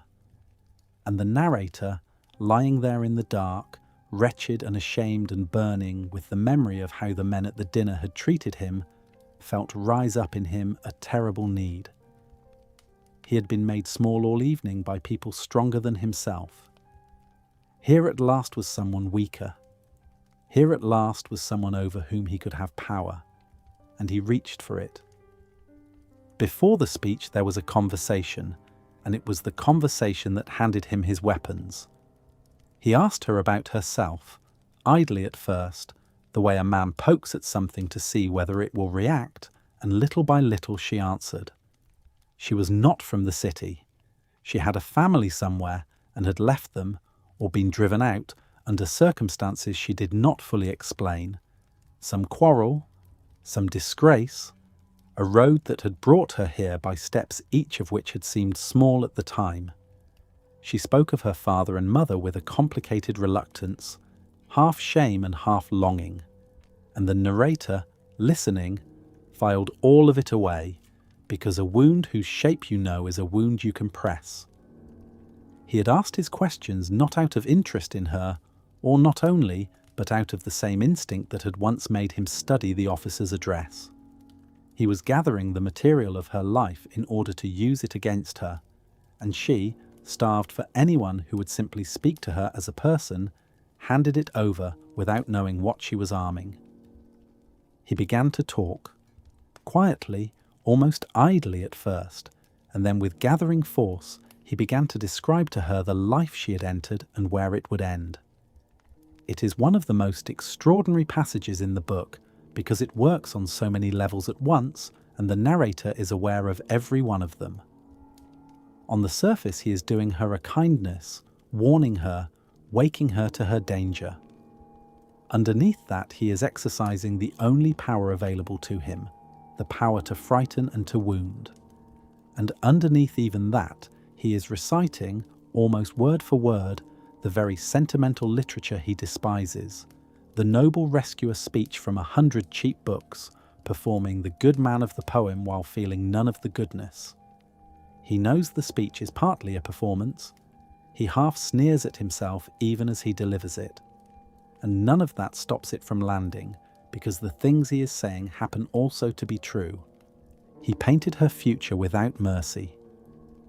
The men would keep coming, he told her, and she would grow older, and her worth in this house would fall year by year. She would be moved to a lower house, and a lower one after that.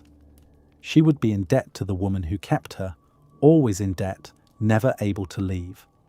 Her health would go, and one day, sick and used up, and no longer bringing in any money, she would be put out, and she would die somewhere in a damp cellar corner, coughing alone. He made her see the death. He made her see the cheap coffin carried down the stairs, the other women grumbling at the cold and the bother, the wet ground of a pauper's grave, the hasty burial with no one weeping over it, and then, worst of all, the speed with which she would be forgotten, as if she had never lived at all, not one person left in the world to remember her name. And then, beside that death, he set the other life, the one she had been born for and lost. Somewhere, he said, at this very hour, a girl no different from her is being loved. She has a father who is proud of her, a mother who tucks the blanket to her chin, a home where she is safe. One day she will marry and hold her own child and be the center of somebody's whole world. That life was possible for you too once. Look at what you have instead. It was cruel past excusing. He was using a girl's fear of her own death to break her open, partly to feel his own power, partly because he was drunk and wounded and needed to pour his misery into someone. And yet, because the picture was true, because she really was young enough to still have a soul the words could reach, something happened that he had not entirely planned and could not control. She broke. She wept, really wept, from somewhere deep, Not the practiced tears of the house, but the tears of a human being who has just seen her whole life laid out and named. The speech meant to give him power over her instead did something else. It reached her. For a moment in that dark little room, two people were actually present to each other, one of them shattered into honesty, the other having stumbled, through his own cruelty, into a moment of real contact, the living life he had mourned losing. Suddenly here, in the last place either of them would have looked for it. And then she did something that ought to have stopped him forever, moved, wanting to show this strange, sorrowful man that she was not only the creature he had just described, that she too had once been treated as something better. She rose and brought out from a box a folded sheet of paper she had kept hidden, and she showed it to him almost shyly, with a flush of pride. It was a letter. A young medical student had written it to her, a decent man who had known her a little, and addressed her with plain respect, with courtesy, as a person and not as a thing, and she had kept it as her one proof that such treatment was possible, that she had once been seen clean. She held it out to him in the dark like a small warm coal she had carried a long way. "Here," the gesture said, without a word. "Here is my evidence that I am a human being. Someone once wrote to me kindly. Remember that, whatever else you have made me picture tonight." He took it and read it, and for once he did not know what to say. Something in him was silenced by it, and yet even then, even with that small warm proof lying open in his hands, some cold clerk at the back of his mind could not help noting that the student's phrases were commonplace and the sentiment a little stiff, and he despised himself for the noticing, even as he found he could not switch it off. That is the underground. It cannot let even a sacred thing be simply sacred. It must appraise the handwriting on the one letter a lost girl has kept. And at that moment he did a thing that would decide everything. Softened or stirred, or simply carried by the momentum of the noble role he had been playing, he took out a scrap of paper and wrote his address on it, and he pressed it on her, and he told her to come to him. "Come to me," he said, "leave this place and come to me." He held himself out to her as the good man of the poem, the rescuer, the hand reaching down into the pit. Perhaps in that instant he half meant it. Perhaps some real wish to save her and to be the kind of man who saves flickered up in him alongside the vanity and the performance, and he could not himself have said where the acting ended and the wanting began. And here the mocking little epigraph closes its trap. For in pressing his address on her, he had, without quite meaning to, stepped into the very role the sentimental poem reserved for its hero. He had become, in her eyes, the good man who reaches down into the pit, the one who says, "Leave this place and come to me and be saved." She would put his address away in the same box that held the student's letter. 2 scraps of paper now. 2 proofs that she was a person, that she was worth the saving, that the pretty story might turn out to be true after all. And the whole of that beautiful, consoling, much wept over fiction now hung on a man who was its exact opposite. A man who had spoken not to rescue her but to relieve himself, and who was already, as the sledge carried him home, beginning to grasp what he had set in motion. Then he rode home through the snow, and by the time the cold air had cleared his head, the flicker of nobility had begun to frighten him more than any humiliation at the dinner ever had. Because he had given a desperate person his real address. He had told her to come, and she, having nothing else in the world to hope for, had believed him. Chapter 11. The silence before the knock. A rescuer needs somewhere to bring the rescued, and this is exactly where the narrator's grand gesture began to come apart. He had told a desperate young woman to leave her life and come to him, and he had given her his address. And now, riding the days that followed, he had to reckon with what that address actually was.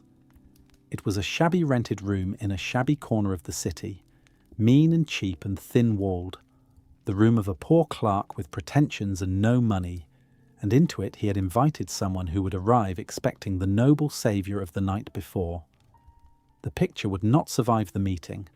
She would climb his dingy stairs and see the truth of him at a glance, and the good man of the sentimental poem would stand revealed as what he was.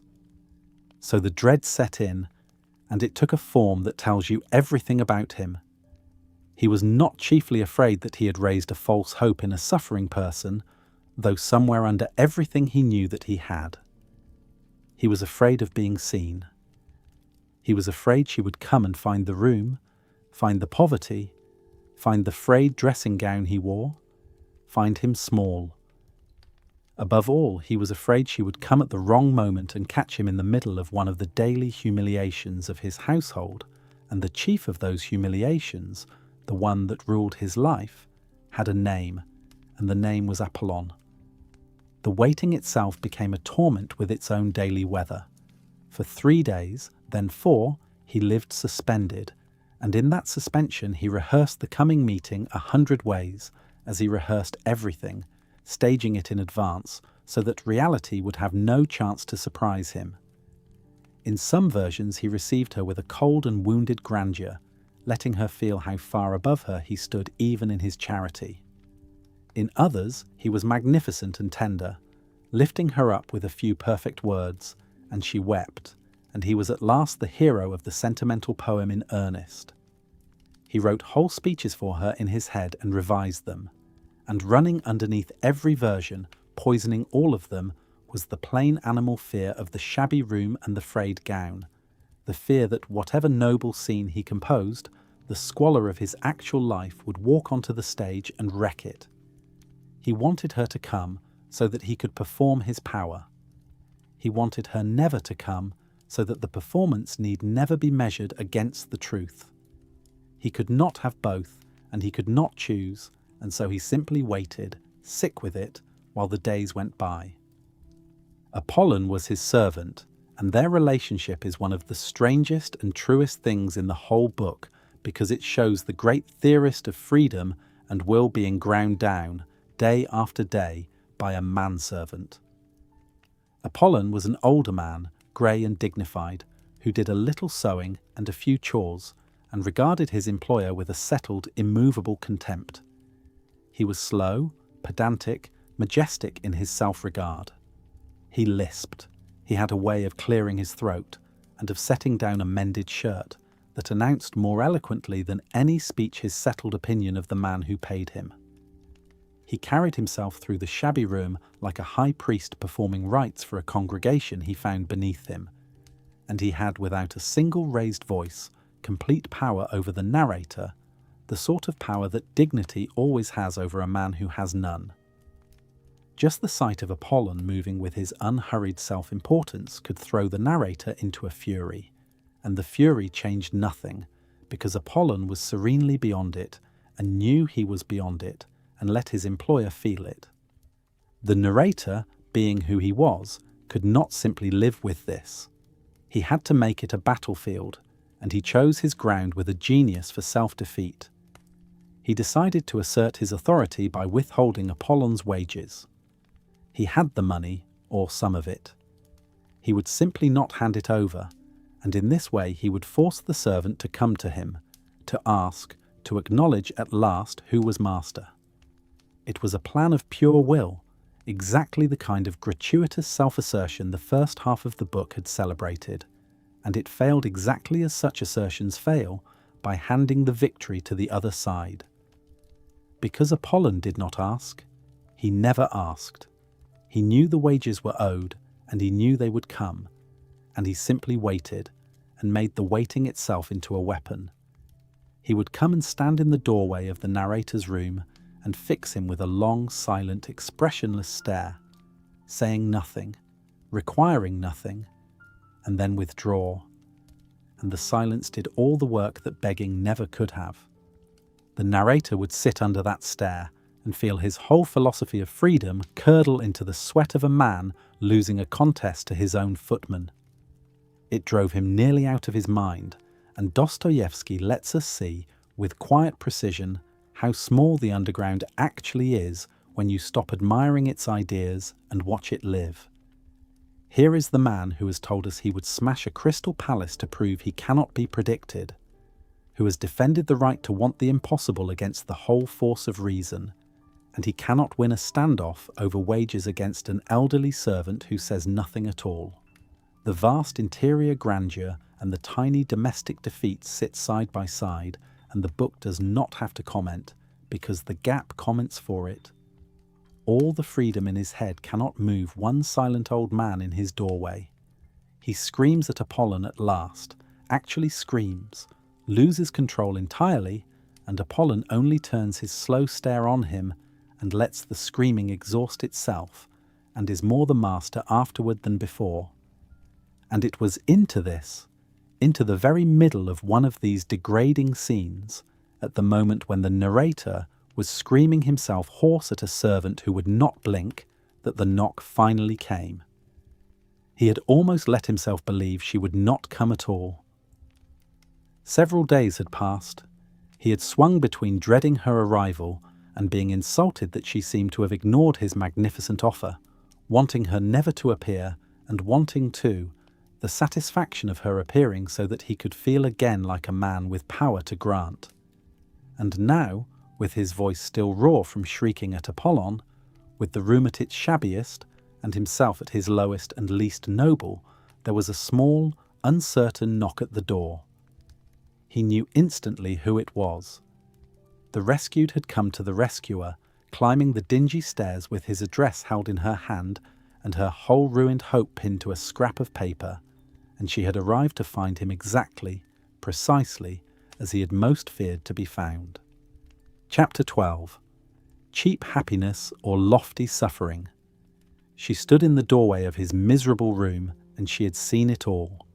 She had climbed the dingy stairs and arrived in the middle of the scene with the servant, had heard perhaps the shrieking, had found the great rescuer of a few nights before in his frayed gown, red-faced, humiliated, poor, exposed to the bone. Everything he had dreaded in his days of waiting had happened at once.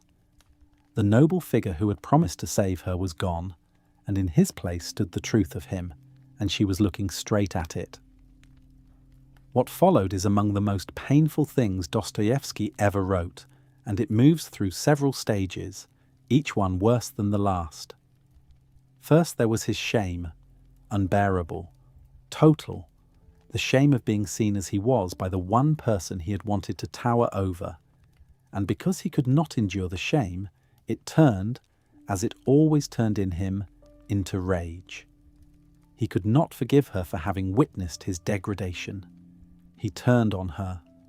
He mocked the very hope he had planted, told her cruelly that he had been laughing at her that night, that the beautiful speech had been a game, that he had come to the house to amuse himself, and she had been a fool to believe a word of it. He set out deliberately to undo everything the speech had done, to crush the fragile thing he had wakened in her, because her belief in his goodness was now a mirror he could not look into. And then the scene turned over, and everything changed, because she did not do what he expected. She did not recoil, or answer his cruelty with her own, or flee down the stairs. She looked at him, this battered, shrieking, wretched man tearing at himself in front of her, and she understood all at once with the plain, deep intelligence of someone who has suffered that he was more miserable than she was. That under all the cruelty was a person in agony, and instead of hating him, she was filled with pity, and she crossed the room and put her arms around him. She, the fallen woman, the one he had come to instruct and to save and to use, became in that moment the one with something to give, and what she gave was simple human love, offered freely to a man who had just done everything he could to wound her. The roles the whole book had assumed were reversed in a single gesture. The strong one was the girl from the brothel. The one in need of rescue was the philosopher in the corner. For a moment he let her. For a moment, broken open, he wept, and things came out of him that he had never said to anyone. He told her brokenly that he was wretched, that he had gone to that house only to feel his own power over someone, that he was worse than she was, far worse, that he could not help any of it. They would not let him be good, he said. They would not let him, as though some force outside him and not his own will had walled him into the corner. It was the nearest he ever came to the surface, the one instant in the whole book when the underground stood open and the daylight nearly reached the floor of it.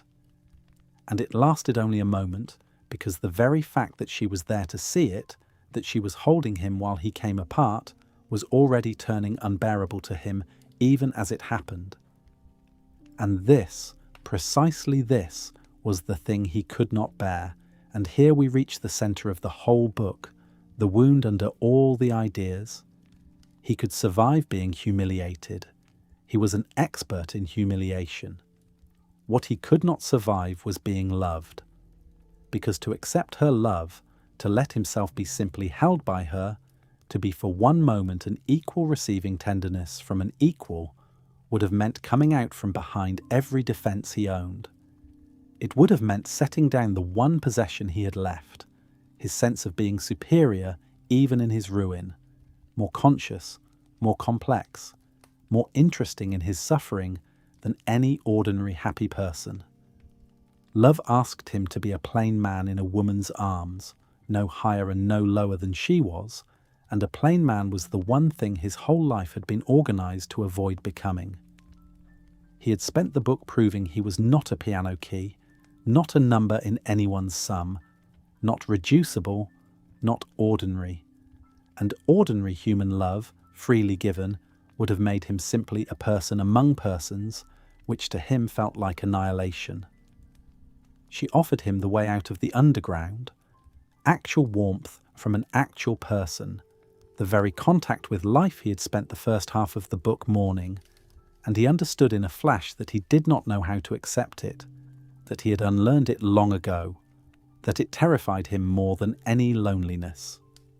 It is worth stopping here, because this is the secret the whole book has been keeping, and it changes how we read everything that came before.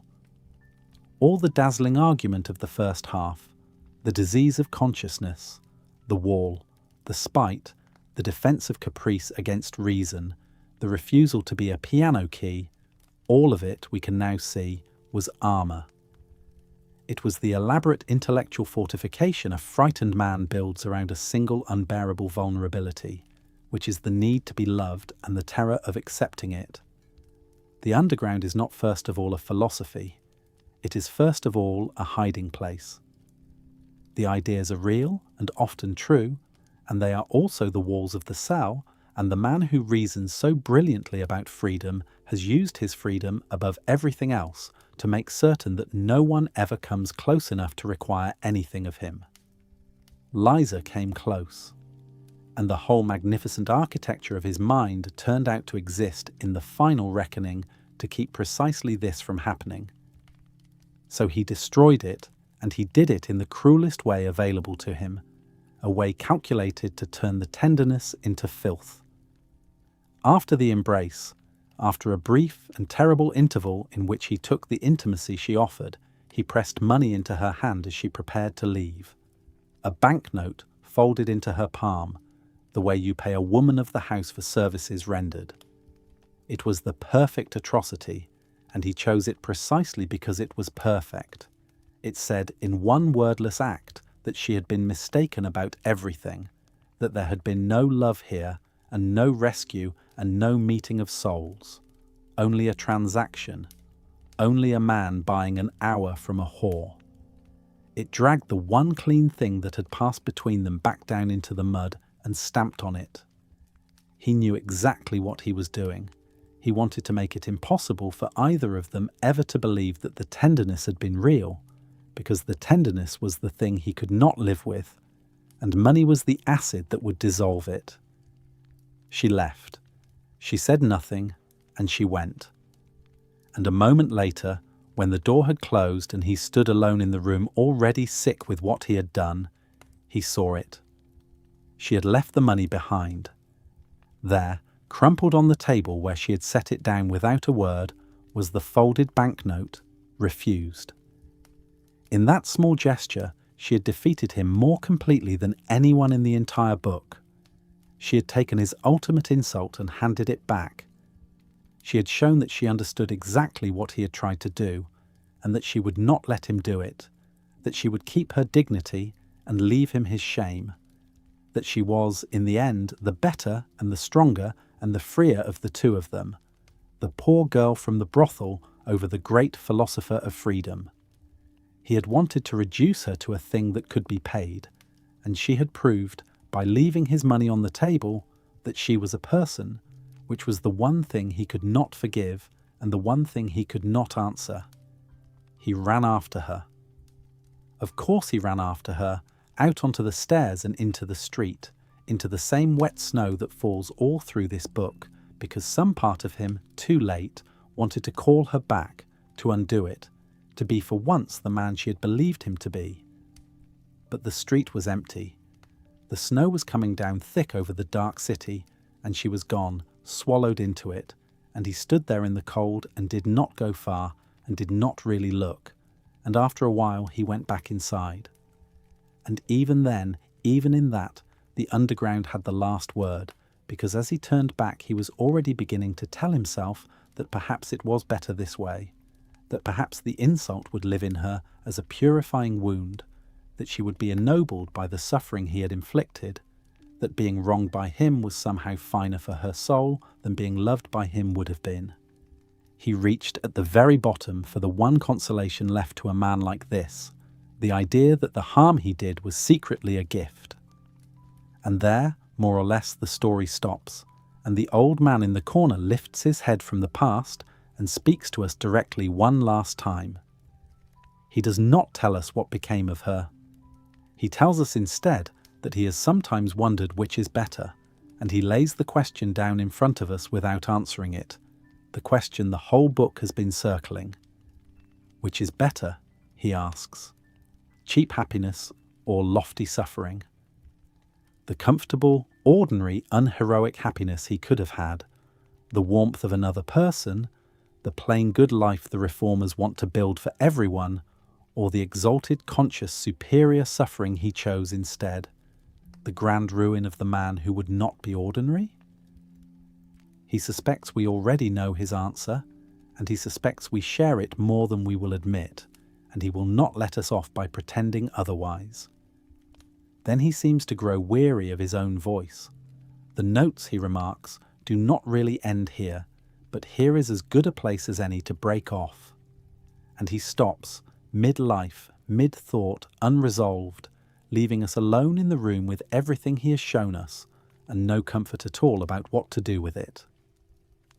Chapter 13. The chapter the Censor cut. The book we have just read is not the book Dostoevsky wrote. This is one of the strangest facts about Notes from Underground, and it is not widely known, and it changes everything.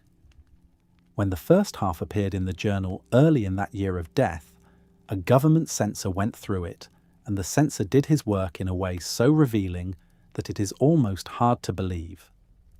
In a letter to his brother, written in March, Dostoevsky poured out his fury. The censors, he wrote, are swine. Where he had mocked and blasphemed and let the underground man tear down every value, they had passed it, let it stand, raised no objection.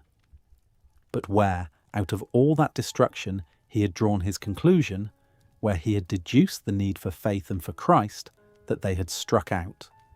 The blasphemy was printed. The answer to the blasphemy was deleted. Consider what that means. There was in the original manuscript a passage, apparently near the end of the first half, in the crucial 10th chapter, in which the whole downward motion of the book turned. Dostoevsky called it the most important chapter, the place where the essential thought was expressed. Somewhere in the underground man's ranting there was to have been a break in the clouds, a moment where the sickness pointed beyond itself toward the only thing that could heal it. And that moment, that single turn toward faith and love, is exactly what the censor removed. And so the book went out into the world lopsided, its descent intact, and its one assent cut away, a negative with no positive, a question printed without the answer its author had written to accompany it. We do not even have the deleted words. They are lost. We know only from his own anguished letter that they existed and that they pointed toward Christ, and that the state, with a stupidity that turned out to be a kind of dark accident of art, had reached into the book and torn out its heart while leaving the wound wide open. Now hold this next to the scene we began with. The man at the table in Moscow, keeping vigil over his dead wife, writing by candlelight. Remember what he wrote there in the privacy of his notebook, with no censor to trouble him. He wrote that to love another as we love ourselves, in the way Christ commanded, is impossible on this earth, because the self, the hard isolated I, stands in the way and will not let us cross over into another. He wrote that the whole meaning of a human life is the long struggle to overcome that isolation, to stop being a prisoner of the self, to give the I away, and that we cannot fully do it alone, that only one figure ever had, and that he is the ideal we strain toward across the whole length of our lives. That is the private faith of the man who made the book. And now look at the underground man. He is the isolated I in its purest and most terrible form. He is a consciousness so walled inside itself that it cannot love, cannot cross over, cannot accept the love that a poor girl carries up his stairs and offers him with both hands. He is precisely the condition that the notebook says is our universal disease, carried to its extreme and refusing the only cure. So the answer the censor cut out was not really a mystery. We can reconstruct its shape even without its words, because Dostoevsky wrote it again and again for the rest of his life, and he wrote it most nakedly over his wife's body. The exit from the underground is the surrender of the self in love. The underground man is damned not because he is wicked, but because he is sealed, and the seal can only be broken from within by an act he cannot perform by will alone, the act of letting another person matter more than his own wounded pride. Liza offered him the doorway. The cut chapter, we may believe, named The Doorway, and the censor, wanting only to protect the public from religious argument, produced by accident the bleakest version of the book, the one in which the disease is diagnosed with overwhelming power and the cure is present only as an absence, a silence, a shape cut out of the page. The answer was not lost in the end, only delayed and scattered. Everything the censor struck from this book, Dostoevsky would spend the rest of his life saying in other ways, through other mouths, in the great novels still to come, where saints and murderers and holy fools would carry the argument the underground man had been forbidden to finish. The conviction he had written over his wife's body, that we are saved, if we are saved at all, only by breaking out of the prison of the self and into love, became the beating heart of everything he wrote afterward. In that sense, the missing chapter was never truly destroyed. It was sown, like seed, across the thousands of pages ahead of him. But here, in the first and coldest of those books, it stays a hole, and the hole is part of what makes the book impossible to forget. There is a complication here, and honesty requires us to sit with it, because it is the reason the book is great and not merely pious. It is not at all clear that the restored chapter would have saved the book, or even that it should have. Dostoevsky was a more dangerous artist than his own intentions. The negations he gave the underground man are so alive, so persuasive, so nearly unanswerable, that many readers have doubted whether any turn toward faith, however eloquent, could have overpowered them. Some have wondered whether Dostoevsky himself, in the heat of creation, made the disease more convincing than he could ever make the cure, so that even the uncut book might have left the underground man with most of the good lines. The hole the censor made may have only deepened a hole that was already there, the honest artist's inability to refute, easily or cheaply, a despair he understood from the inside. This is what keeps the book from being a sermon. Its faith is present the way health is present to a sick man, as something longed for and mostly out of reach, named in the dark, not delivered. There is a lesson in this that reaches past Dostoevsky. The book has come down to us as one of the founding scriptures of modern despair, the place where a whole tradition of lucid, bracing pessimism is often said to begin. And that towering reputation rests in part on the work of a censor, on a deletion the author raged against, on an accident of state power that happened to leave the darkness without its counterweight. It ought to make us careful. We are quick to read a single book as a writer's last word, to take the loudest voice inside it for the writer's own, and here is a case where the author told us plainly, in a private letter to his closest confidant, that the loudest voice was never meant to stand alone. But once you know about the missing chapter, you can never again read Notes from Underground as a simple monument to nihilism, a mere celebration of spite and refusal. It is something stranger and sadder than that. It is a book with a God-shaped absence at its centre, written by a man who believed in the cure with all his heart and could not make his own most brilliant creation reach for it, and then had even the reaching taken out by a bored official with a pen. The underground man's voice comes to us so pure in its bitterness, partly because the state silenced the one voice that was meant to answer it. What we hear when we listen to him is a man calling from the bottom of a well, and what we do not hear, what was there in the manuscript and is gone from the book, is the rope that was lowered to him and that he could not in any case quite bring himself to take. Chapter 14. Such a person must exist. At the very start, in that short footnote, Dostoevsky told us the underground man was invented. In the same breath, he told us something we were not yet ready to hear. Such a person, he wrote, not only may but must exist in our society if we consider the circumstances under which that society has taken shape. It is easy to skate past this at the beginning, when we have not yet met the man and do not know how repellent he will be. It is impossible to ignore once we have spent the whole book in his company. The footnote is not an apology for putting such an unpleasant creature on the page. It is a claim about us. This is not a portrait of one damaged eccentric in a corner. It is a portrait of a type, and the type is modern, and the modern person, Dostoevsky is suggesting, has a good deal of the underground in him whether he admits it or not. What makes the underground man modern, rather than simply miserable, is the particular combination of traits he carries, a combination that would have been hard to find in earlier ages and is everywhere now. He is educated past the point where instinct can guide him and not rooted in anything that might replace it. He has read enough to doubt every inherited belief and has been given nothing to believe in its place.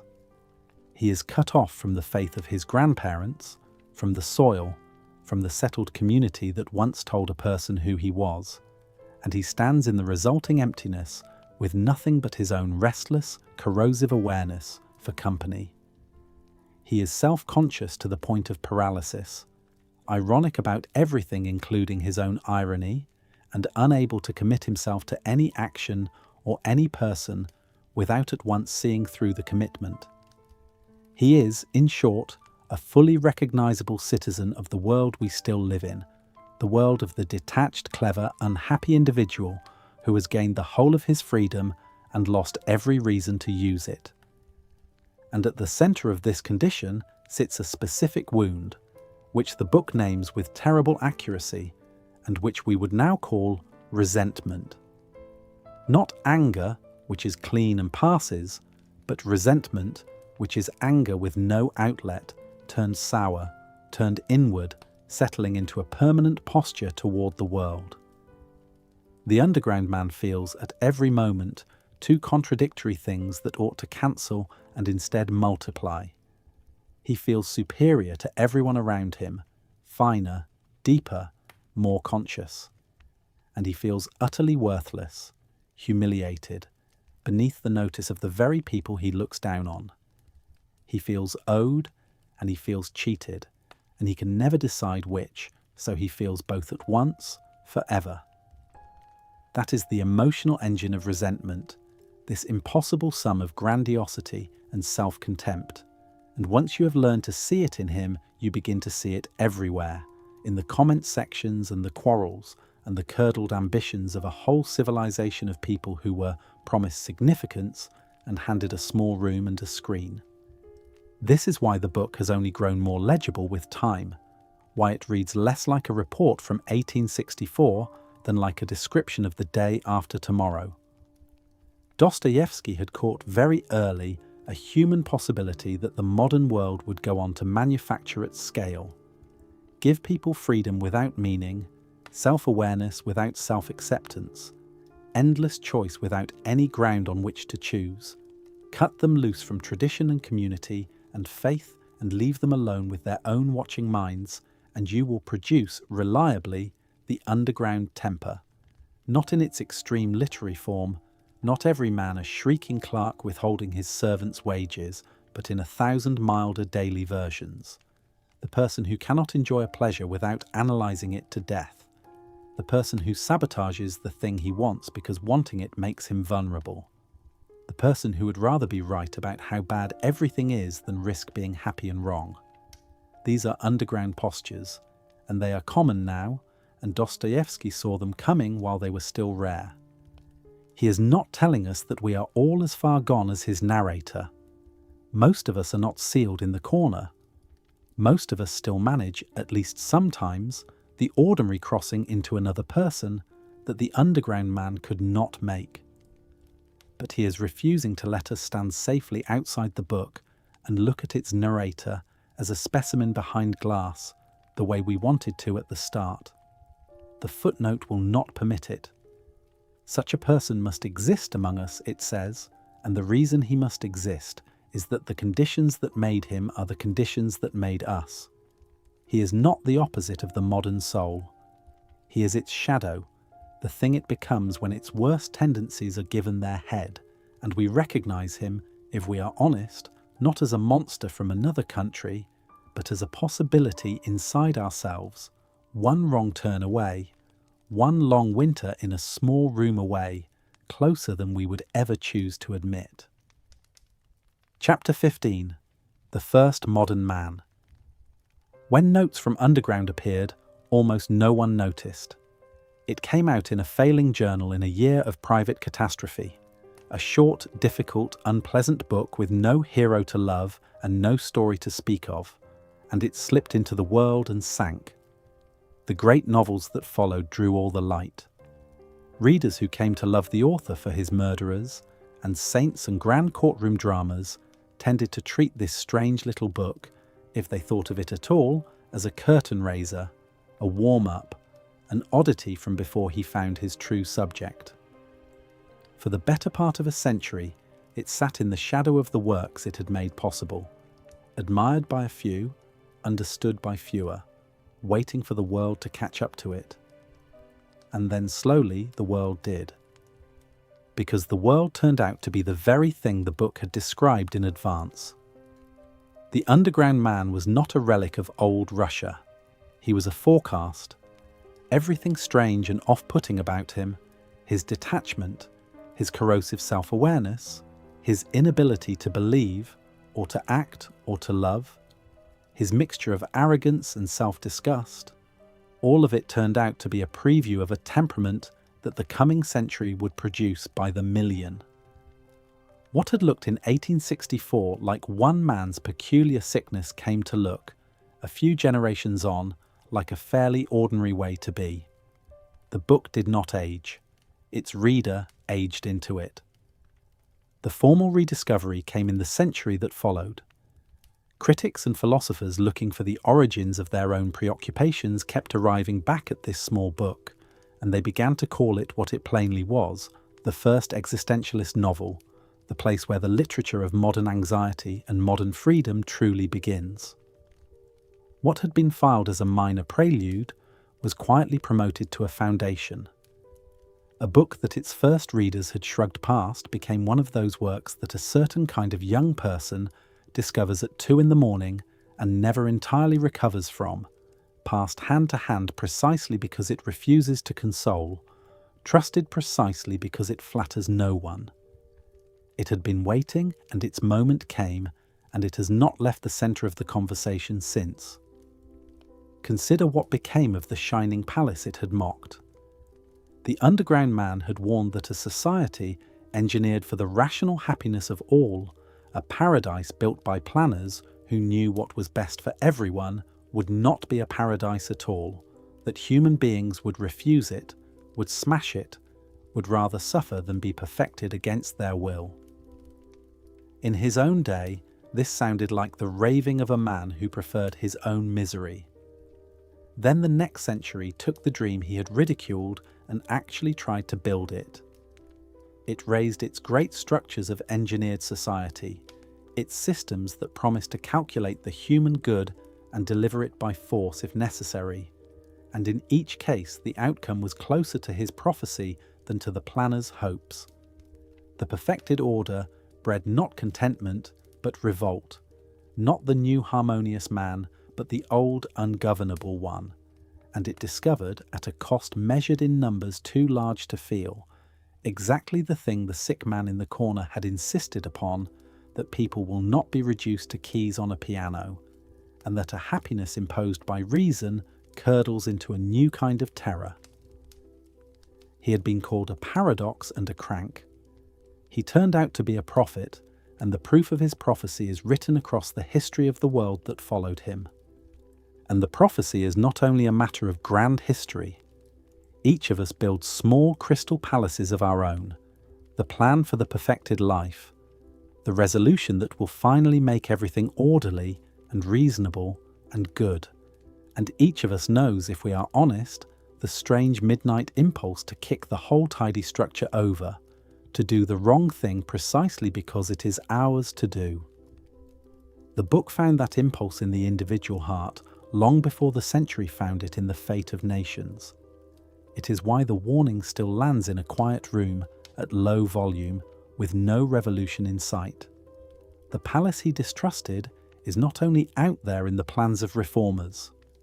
It is the one we keep drawing night after night for ourselves. And out of that recognition came his strange, enormous literary afterlife. The philosophers who would put human freedom at the very centre of everything, who would build whole systems around the vertigo of a self that must choose without any ground to stand on, found in this book an ancestor, and said so.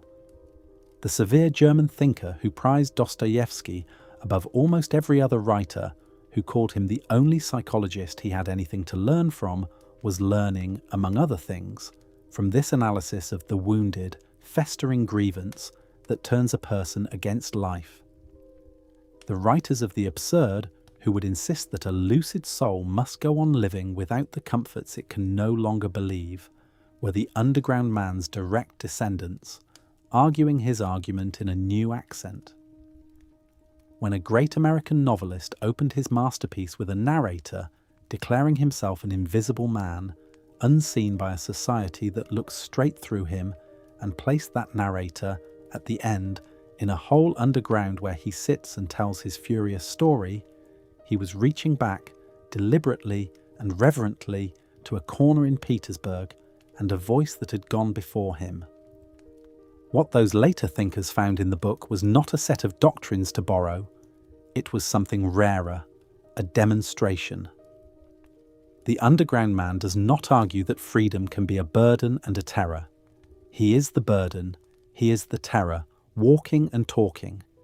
He does not propose that a self without ground must watch itself perform and never quite believe the performance.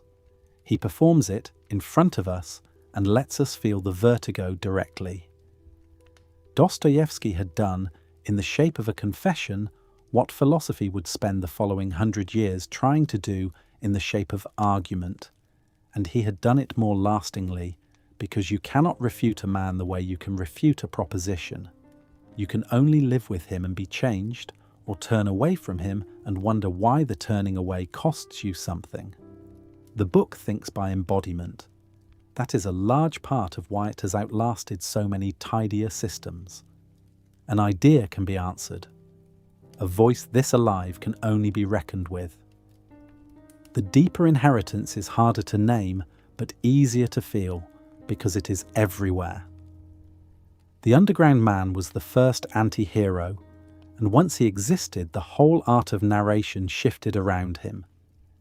Nearly every voice in modern literature that speaks from inside a divided, ironic, self-watching mind owes something to him. The alienated clerks and drifters and outsiders who fill the fiction of the century after him, the confessional narrators who cannot stop performing even their sincerity, the sad and dangerous men who narrate their own unravelling and pull the reader in as an accomplice, all of them are his children. He opened a door in the human voice that has never since been closed. Once a character could speak like this, from the underground in that tone of brilliant, unbearable, self-cancelling honesty, the older kinds of narrator began to sound a little naive, a little too composed, as if they had not yet heard the news about themselves. It was, for its own author, the hinge on which everything turned. Before this book, Dostoevsky was a talented writer who had not yet found the form for what he knew. In these 100-odd pages he found it. Here for the first time was the voice that could hold his deepest contradictions without flattening them into a lesson. The method of letting a living consciousness loose on the page and allowing it to argue itself to pieces. The refusal to stand safely above a character and pass sentence. Everything that would make the later novels tower, the fevered talk, the ideas made flesh and set at one another's throats, the sense that a soul is being decided in real time before your eyes, is present here first, in miniature, in its most concentrated form. The vast books grew from this small root. It is the least of his mature works in size, and the doorway to all the rest. And so we come back at the end to the question of why we keep returning to a book that gives so little comfort, that offers no hero, no lesson, no rescue, that leaves its narrator exactly where it found him and refuses even to end properly. We return because we recognize him. Not all of him, and not all the time, but enough in the small hours, in the replayed argument, in the pleasure we take in a grievance we should have let go, in the flinch away from a love that asks too much of us, in the second self that watches us live and will not let us be simply wholly present to our own days. He is the part of the modern mind that the bright palace could never account for and never abolish, and that is why he outlived the palace. The reformers promised to make us happy by explaining us to ourselves. He knew that we exceed every explanation, that there is something in a person that will always refuse the final account, and he chose, catastrophically, to make that refusal his whole life. He is not a model. God knows he is not a model. But he told the truth about a wound that the confident age around him could not see, and the wound is still ours. And as long as it is, the sick man will go on talking from his corner, and we will go on, in the quiet, unable to stop ourselves from listening. If you have ever picked at a hurt long after it should have healed, or refused a comfort because accepting it would have meant admitting that you needed it, then some small corner of you has been underground as well, and has heard him and has understood. That is the strange gift of the most unpleasant man in all of literature. He is honest about the part of us we like least. And in the deep middle of the night, that particular honesty can feel, against all reason, a little like company.